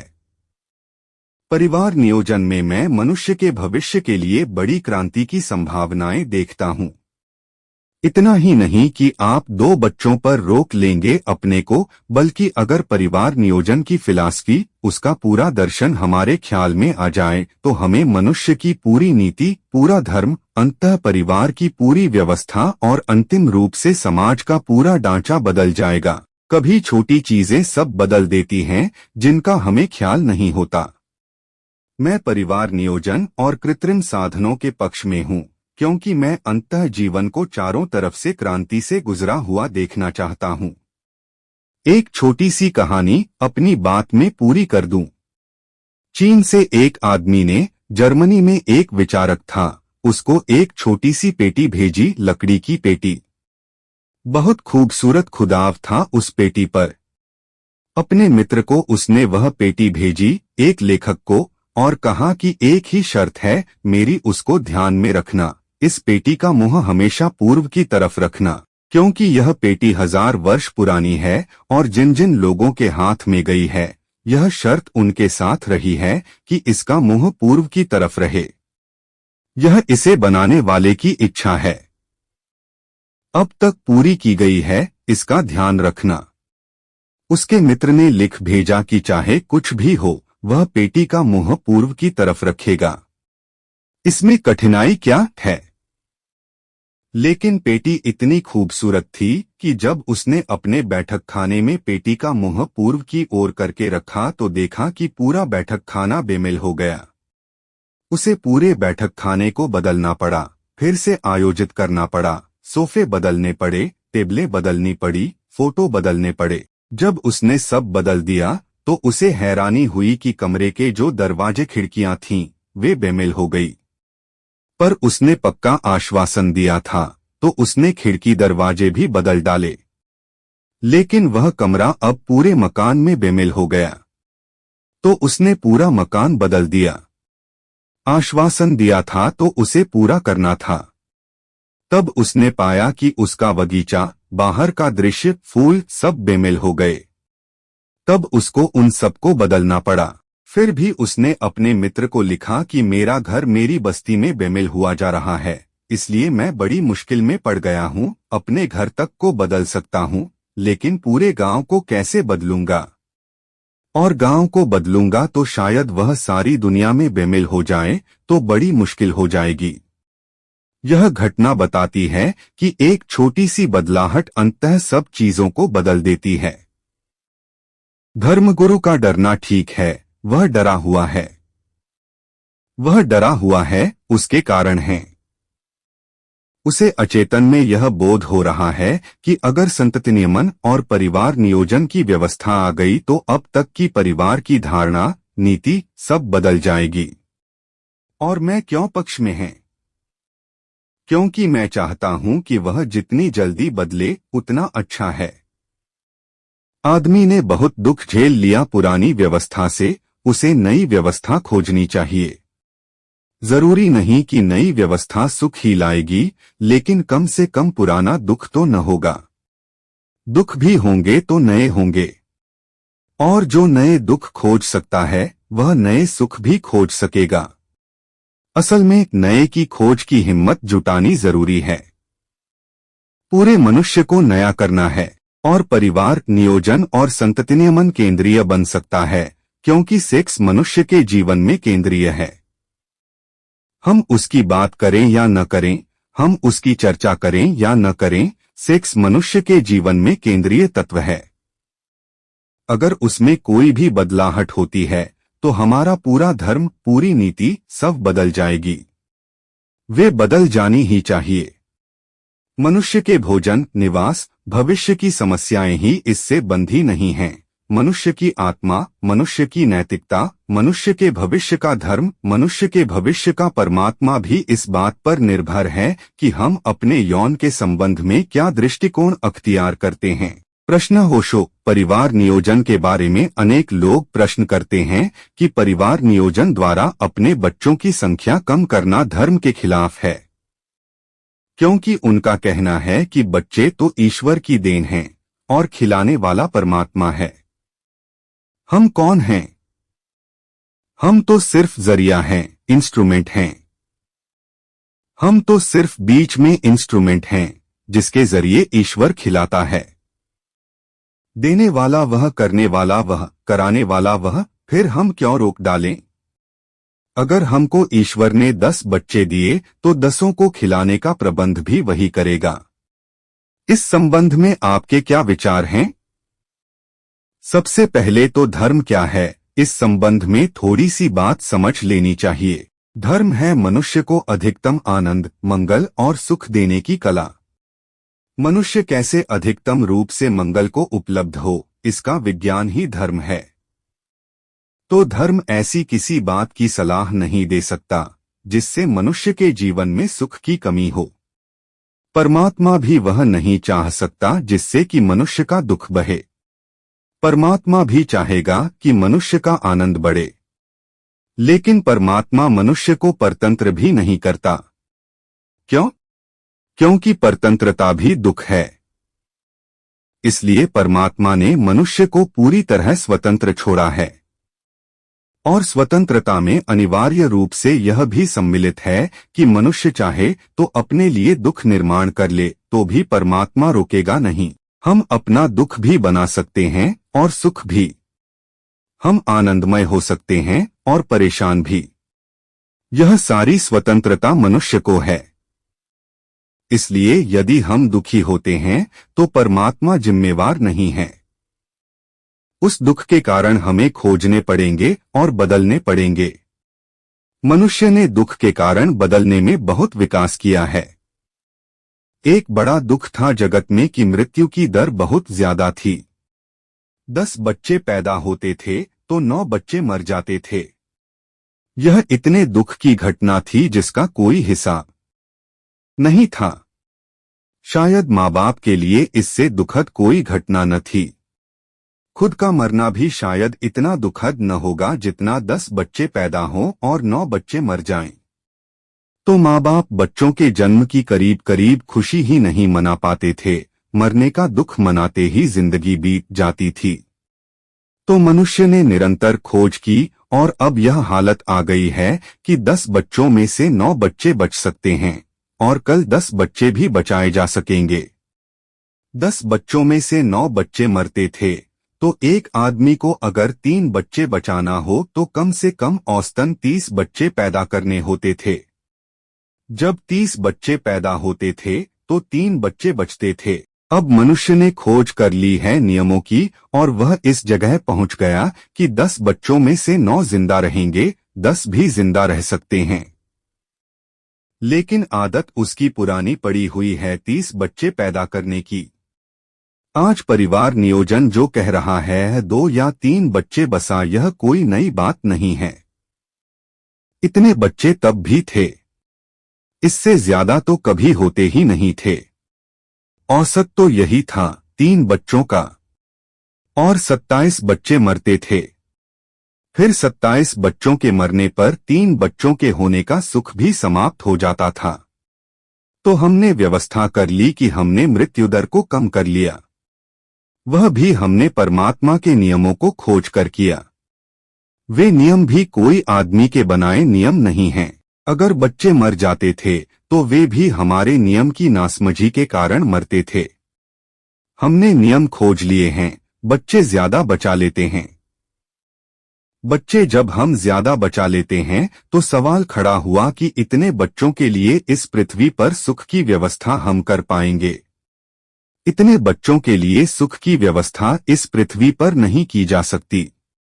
बुद्ध के समय में हिंदुस्तान की आबादी 2 करोड़ थी, आज हिंदुस्तान की आबादी 50 करोड़ के ऊपर है। जहां 2 करोड़ लोग खुशहाल हो सकते थे, वहां 50 करोड़ लोग कीड़े मकोड़ों की तरह मरने लगेंगे और परेशान होने लगेंगे, क्योंकि जमीन नहीं बढ़ती, जमीन के उत्पादन की क्षमता नहीं बढ़ती। आज पृथ्वी पर 3.5 अरब लोग हैं। यह संख्या इतनी ज्यादा है कि पृथ्वी संपन्न नहीं हो सकती। इतनी संख्या के होते हुए भी हमने मृत्यु दर रोक ली है। उस वक्त हमने न कहा कि भगवान चाहता है कि 10 बच्चे पैदा हों और 9 मर जाएं। अगर हम उस वक्त कहते तो भी बात ठीक थी। उस वक्त हम राजी हो गए। लेकिन अब हम कहते हैं कि हम बच्चे पैदा करेंगे क्योंकि भगवान 10 बच्चे देता है। यह तर्क बेईमान तर्क है। इसका भगवान से, धर्म से कोई संबंध नहीं है।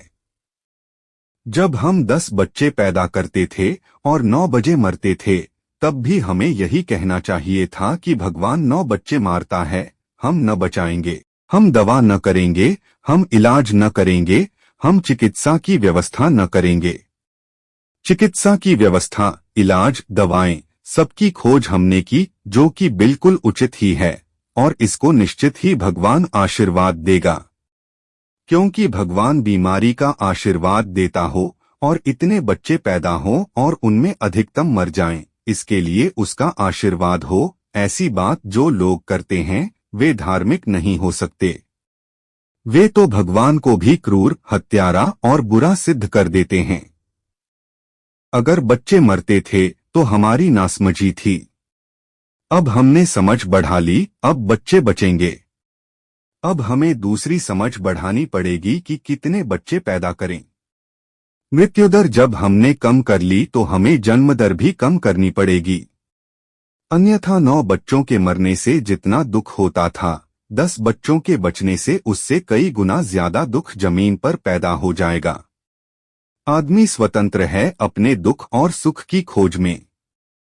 यह आदमी की बुद्धिमत्ता पर निर्भर है कि वह कितना सुख अर्जित करे या कितना दुख अर्जित करे। तो अब जरूरी हो गया है कि हम बच्चे कम पैदा करें ताकि अनुपात वही रहे जो कि पृथ्वी संभाल सकती है।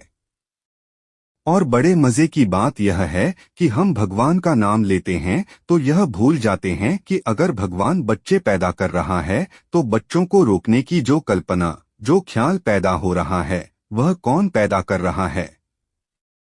अगर डॉक्टर के भीतर से भगवान बच्चे को बचा रहा है तो डॉक्टर के भीतर से उन बच्चों को आने से रोक भी रहा है जो कि पृथ्वी को कष्ट में, दुख में डाल देंगे। अगर सभी कुछ भगवान का है तो यह परिवार नियोजन का ख्याल भी भगवान का ही है, और मनुष्य की यह आकांक्षा कि हम अधिकतम मुखी हों, यह भी इच्छा भगवान की ही है। अधिकतम मुख चाहिए तो परिवार का नियमन चाहिए। परिवार नियोजन का और कोई अर्थ नहीं है। इसका अर्थ इतना ही है कि पृथ्वी कितने लोगों को सुख दे सकती है, भोजन दे सकती है। उससे ज्यादा लोगों को पृथ्वी पर खड़े करना, अपने हाथ से पृथ्वी को नरक बनाना है। पृथ्वी स्वर्ग बन सकती है, नरक भी बन सकती है, और यह आदमी के हाथ में है। जब तक आदमी नासमझ था तो प्रकृति की अंधी शक्तियां काम करती थीं। बच्चे कितने ही पैदा कर लो, मर जाते थे। बीमारी आती थी, महामारी आती थी, प्लेग आता था, मलेरिया आता था, और बच्चे विदा होते जाते थे। युद्ध होता, अकाल पड़ता, भूकंप होते, और बच्चे विदा हो जाते थे।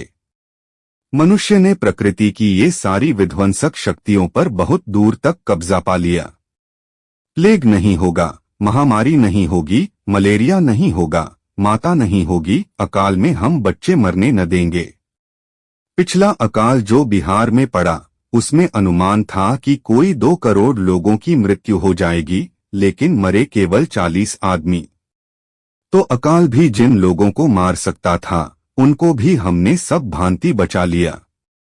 तो हमने प्रकृति की विध्वंसक शक्ति पर तो रोक लगा दी, और उसकी सृजनात्मक शक्ति पर अगर हम उसी अनुपात में रोक न लगाएं तो हम प्रकृति का संतुलन नष्ट करने वाले सिद्ध होंगे।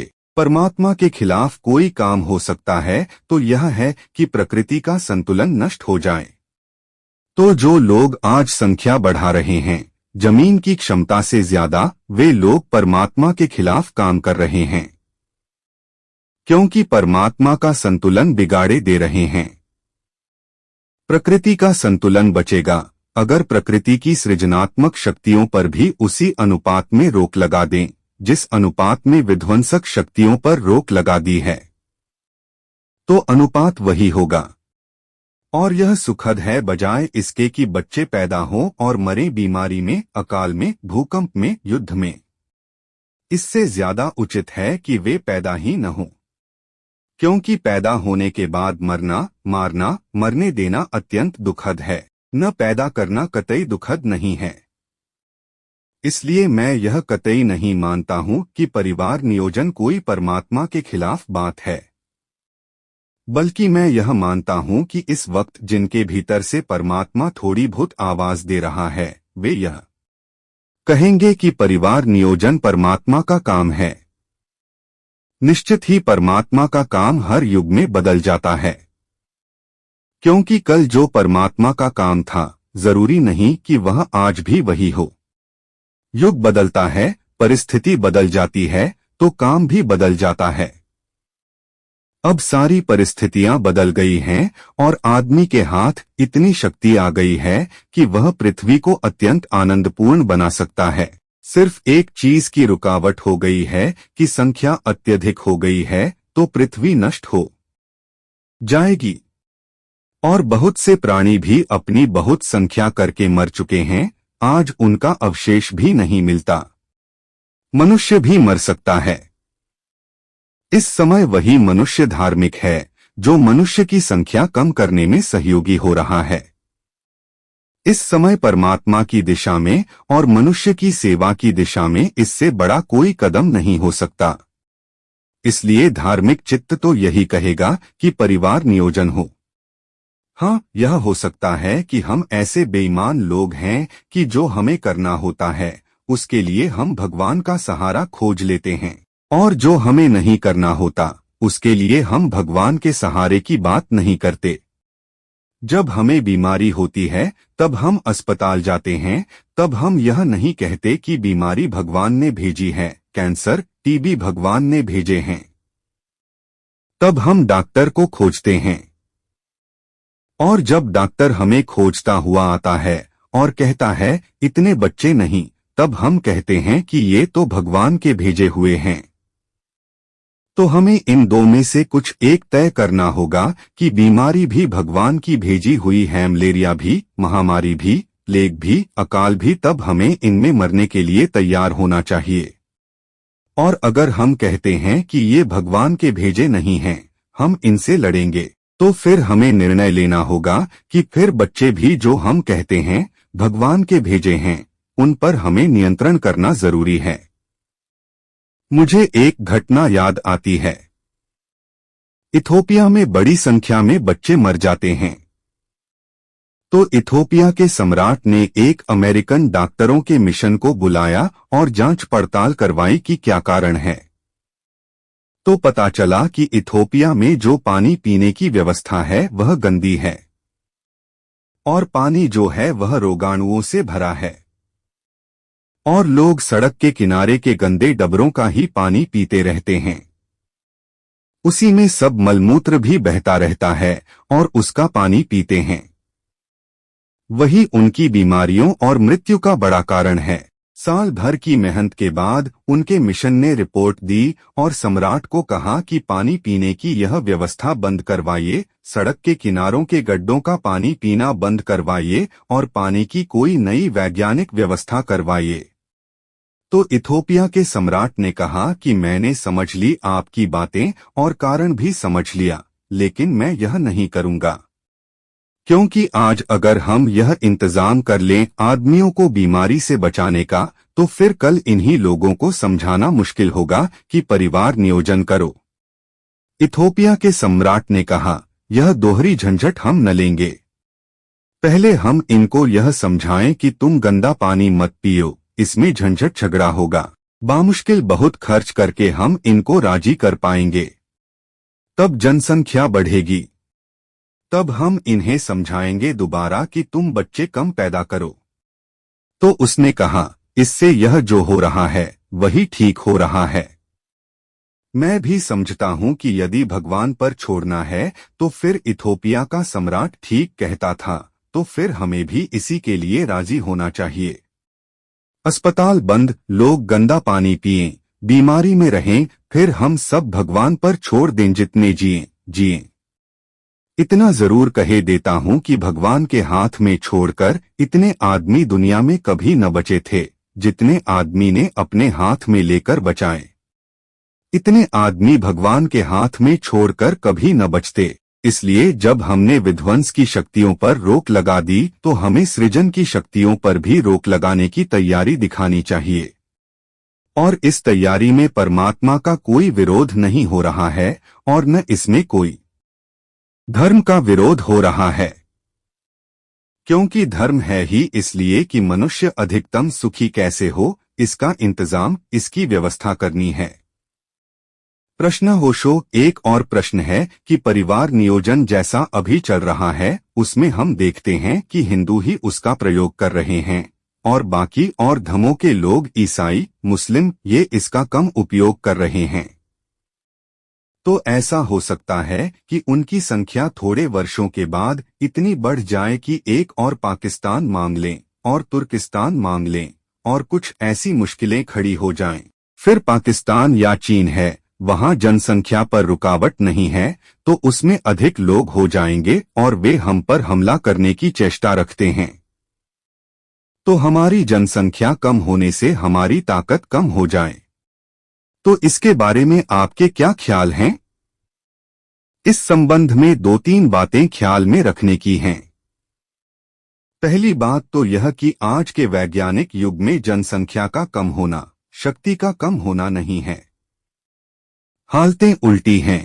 हालत तो यह है कि जिस मुल्क की जनसंख्या जितनी ज्यादा है वह टेक्नोलॉजिकल दृष्टि से कमजोर है, क्योंकि इतनी बड़ी जनसंख्या के पालन पोषण में व्यवस्था में उसके पास अतिरिक्त संपत्ति बचने वाली नहीं है जिससे वह एटम बम बनाए, हाइड्रोजन बम बनाए, सुपर बम बनाए और चांद पर जाए। जितना गरीब देश होगा आज वह उतना ही वैज्ञानिक दृष्टि से शक्तिहीन देश होगा। आज तो वही देश शक्ति संपन्न होगा जिसके पास ज्यादा संपत्ति है, ज्यादा व्यक्ति नहीं। वह जमाना गया जब आदमी ताकतवर था, अब मशीन ताकतवर है। और मशीन उसी देश के पास अच्छी से अच्छी हो सकेगी जिस देश के पास जितनी संपन्नता होगी, और संपन्नता उसी देश के पास ज्यादा होगी जिसके पास प्राकृतिक साधन ज्यादा और जनसंख्या कम होगी। तो पहली बात यह है कि आज जनसंख्या शक्ति नहीं है और इसलिए भ्रांति में पड़ने का कोई कारण नहीं है। चीन के पास चाहे जितनी जनसंख्या हो तो भी शक्तिशाली अमेरिका होगा। चीन के पास जितनी भी जनसंख्या हो तो भी छोटा सा मुल्क इंग्लैंड शक्तिशाली है और जापान जैसा मुल्क भी शक्तिशाली है। शक्ति का पूरा आधार बदल गया है। जब आदमी ही एकमात्र आधार था तब तो ये बातें ठीक थीं कि जनसंख्या बड़ा मूल्य रखती थी, लेकिन अब आदमी से भी बड़ी शक्ति हमने पैदा कर ली है जो मशीन की है। मशीन ताकत है और देश उतना ही संपन्न हो सकता है जितनी ज्यादा जनसंख्या उसकी कम हो, ताकि उसके पास संपत्ति बच सके लोगों को खिलाने, कपड़ा पहनाने, इलाज कराने के बाद, ताकि उस शक्ति को वैज्ञानिक विकास करने में लगा सके। दूसरी बात यह समझने जैसी है कि संख्या कम होने से उतना बड़ा दुर्भाग्य नहीं टूटेगा जितना बड़ा दुर्भाग्य संख्या के बढ़ जाने से बिना किसी हमले के टूट जाएगा। यानी हमले का तो कोई उपाय भी किया जा सकता है कि कोई बड़ा मुल्क हम पर हमला करे तो हम दूसरों से सहायता ले लें, लेकिन हमारे ही बच्चे हमलावर सिद्ध हो जाएं संख्या के अत्यधिक बढ़ जाने के कारण, तो हम किसी की सहायता न ले सकेंगे। उस वक्त हम बिल्कुल असहाय हो जाएंगे। इस वक्त युद्ध इतना बड़ा खतरा नहीं है जितना बड़ा खतरा जनसंख्या विस्फोट का है। खतरा बाहर नहीं है कि हमें कोई मार डाले, वरन जो हमारी उत्पादन क्षमता है बच्चों की, वही हमारे लिए सबसे बड़ा खतरा है कि संख्या इतनी हो जाए कि हम सिर्फ मर जाएं इस कारण से कि न पानी हो, न भोजन हो, न रहने को जगह।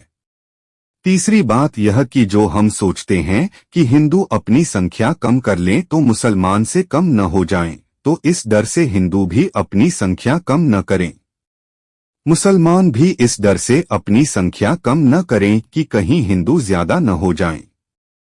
ईसाई भी यही डर रखें, जैन भी यही डर रखें, सिख भी यही डर रखें। तो इन सबके डर एक से हैं। तब परिणाम यह होगा कि मुल्क ही मर जाएगा। तो यह डर किसी को तो तोड़ना शुरू करना पड़ेगा, और जो समाज इस डर को तोड़ेगा वह संपन्न हो जाएगा। मुसलमानों से उनके बच्चे ज्यादा स्वस्थ, ज्यादा शिक्षित होंगे, ज्यादा अच्छे मकानों में रहेंगे। वे दूसरे समाजों को जिनकी संख्या कीड़े मकोड़ों की तरह बढ़ेगी उनको पीछे छोड़कर आगे निकल जाएंगे, और इसका परिणाम यह भी होगा कि दूसरे समाजों में भी स्पर्धा पैदा होगी इस ख्याल से कि वे गलती कर रहे हैं। आज दुनिया में यह बड़ा सवाल नहीं है कि हिंदू कम हो गए तो कोई हर्ज हो रहा है, कि मुसलमान ज्यादा हो गए तो उनको कोई फायदा हो रहा है। बड़ा बात यह है कि अगर इन तारे लोगों के विगाग में यही बयान भरा रहे तो यह पूरा मुल्क मर जाएगा। अगर यही विकल्प है कि हिंदू कम हो जाएंगे और इससे हिंदुओं की संख्या को नुकसान पहुंचेगा, मुसलमान ज्यादा हो जाएंगे, ईसाई ज्यादा हो जाएंगे, तो भी मैं कहूंगा कि हिंदू अपने को कम कर लें और भारत को बचाने का श्रेय ले लें, चाहे खुद मिट जाएं। हालांकि इसकी कोई संभावना नहीं है।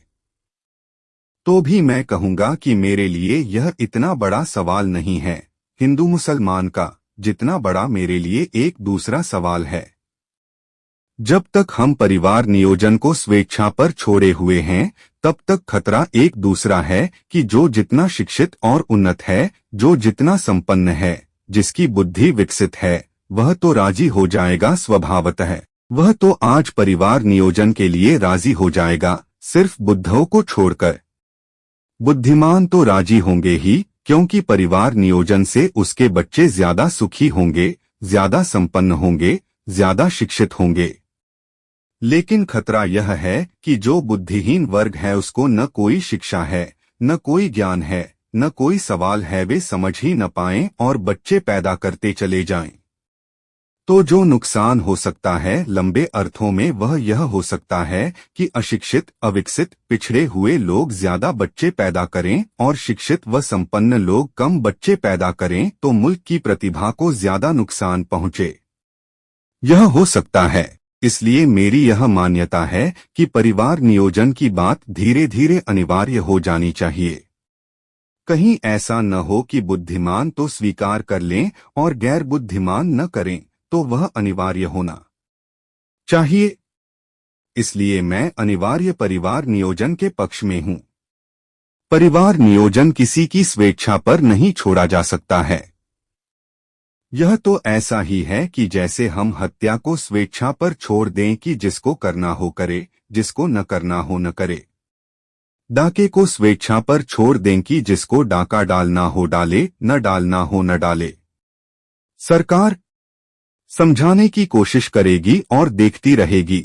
डाका भी आज उतना खतरनाक नहीं है, हत्या भी आज उतनी खतरनाक नहीं है, जितना जनसंख्या का बढ़ना। इस जीवंत सवाल को इस तरह स्वेच्छा पर नहीं छोड़ा जाना चाहिए। और जब हम इसे स्वेच्छा पर नहीं छोड़ते, तो यह हिंदू, मुसलमान, ईसाई का सवाल नहीं रह जाता। क्योंकि सिख को उसका गुरु समझा रहा है कि तुम कम हो जाओगे, मुसलमान ज्यादा हो जाएंगे। मुसलमान को मौलवी समझ रहा है कि तुम कम हो जाओगे, हिंदू ज्यादा हो जाएंगे। वही ईसाई पादरी भी सोच रहा है, वही हिंदू पंडित भी सोच रहा है। ये सब जो सोच रहे हैं, इनकी सोचने की वजह भी अनिवार्य परिवार नियोजन से मिट जाएगी। यदि हम परिवार नियोजन अनिवार्य कर देते हैं, तो कोई हिंदू, मुसलमान, ईसाई का सवाल नहीं रह जाता है। मेरे लिए तो सवाल यह है कि सैकड़ों वर्षों में कुछ लोग विकसित हो गए हैं और कुछ लोग अविकसित रह गए हैं। जो अविकसित वर्ग है, वह बच्चे ज्यादा छोड़ जाए तो देश की प्रतिभा और बुद्धिमत्ता को भारी नुकसान पहुंच सकता है। बुद्धिमत्ता को भारी नुकसान पहुंच सकता है और वह नुकसान खतरनाक सिद्ध हो सकता है। इसलिए उस दृष्टि से मैं सारे सवाल को सोचता हूं कि केवल परिवार नियोजन ही न हो, बल्कि ऐसा लगता है कि वह अनिवार्य हो। एक भी व्यक्ति सिर्फ इसलिए न छोड़ा जा सके कि वह राजी नहीं है, और यह हमें करना ही पड़ेगा। इसे बिना किए हम इन आने वाले 50 वर्षों में जिंदा नहीं रह सकते। शक्ति के सारे मापदंड बदल गए हैं, यह हमें ठीक से समझ लेना चाहिए। आज शक्तिशाली वह है जो संपन्न है, और संपन्न वह है जिसके पास जनसंख्या कम है और उत्पादन के साधन ज्यादा हैं। आज मनुष्य न तो उत्पादन का साधन है, न शक्ति का साधन है। आज मनुष्य सिर्फ भोक्ता है, कंज्यूमर है।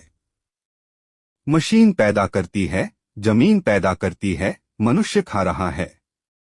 और धीरे धीरे जैसे जैसे टेक्नोलॉजी विकसित होती है, आदमी की शक्ति का सारा मूल्य समाप्त हुआ जा रहा है। आदमी न हो तो भी चल सकता है। 1 लाख आदमी जिस फैक्ट्री में काम करते हों, उसे एक आदमी चला सकेगा। और हिरोशिमा में 1 लाख आदमी मारना हो तो उन्हें एक आदमी मार सकेगा। पुराने जमाने में तो कम से कम 1 लाख आदमी ले जाने पड़ते। अब तो कोई एक आदमी जाता है और एटम बम गिराकर उनको समाप्त कर देता है। कल यह भी हो सकता है कि एक आदमी को भी न जाना पड़े।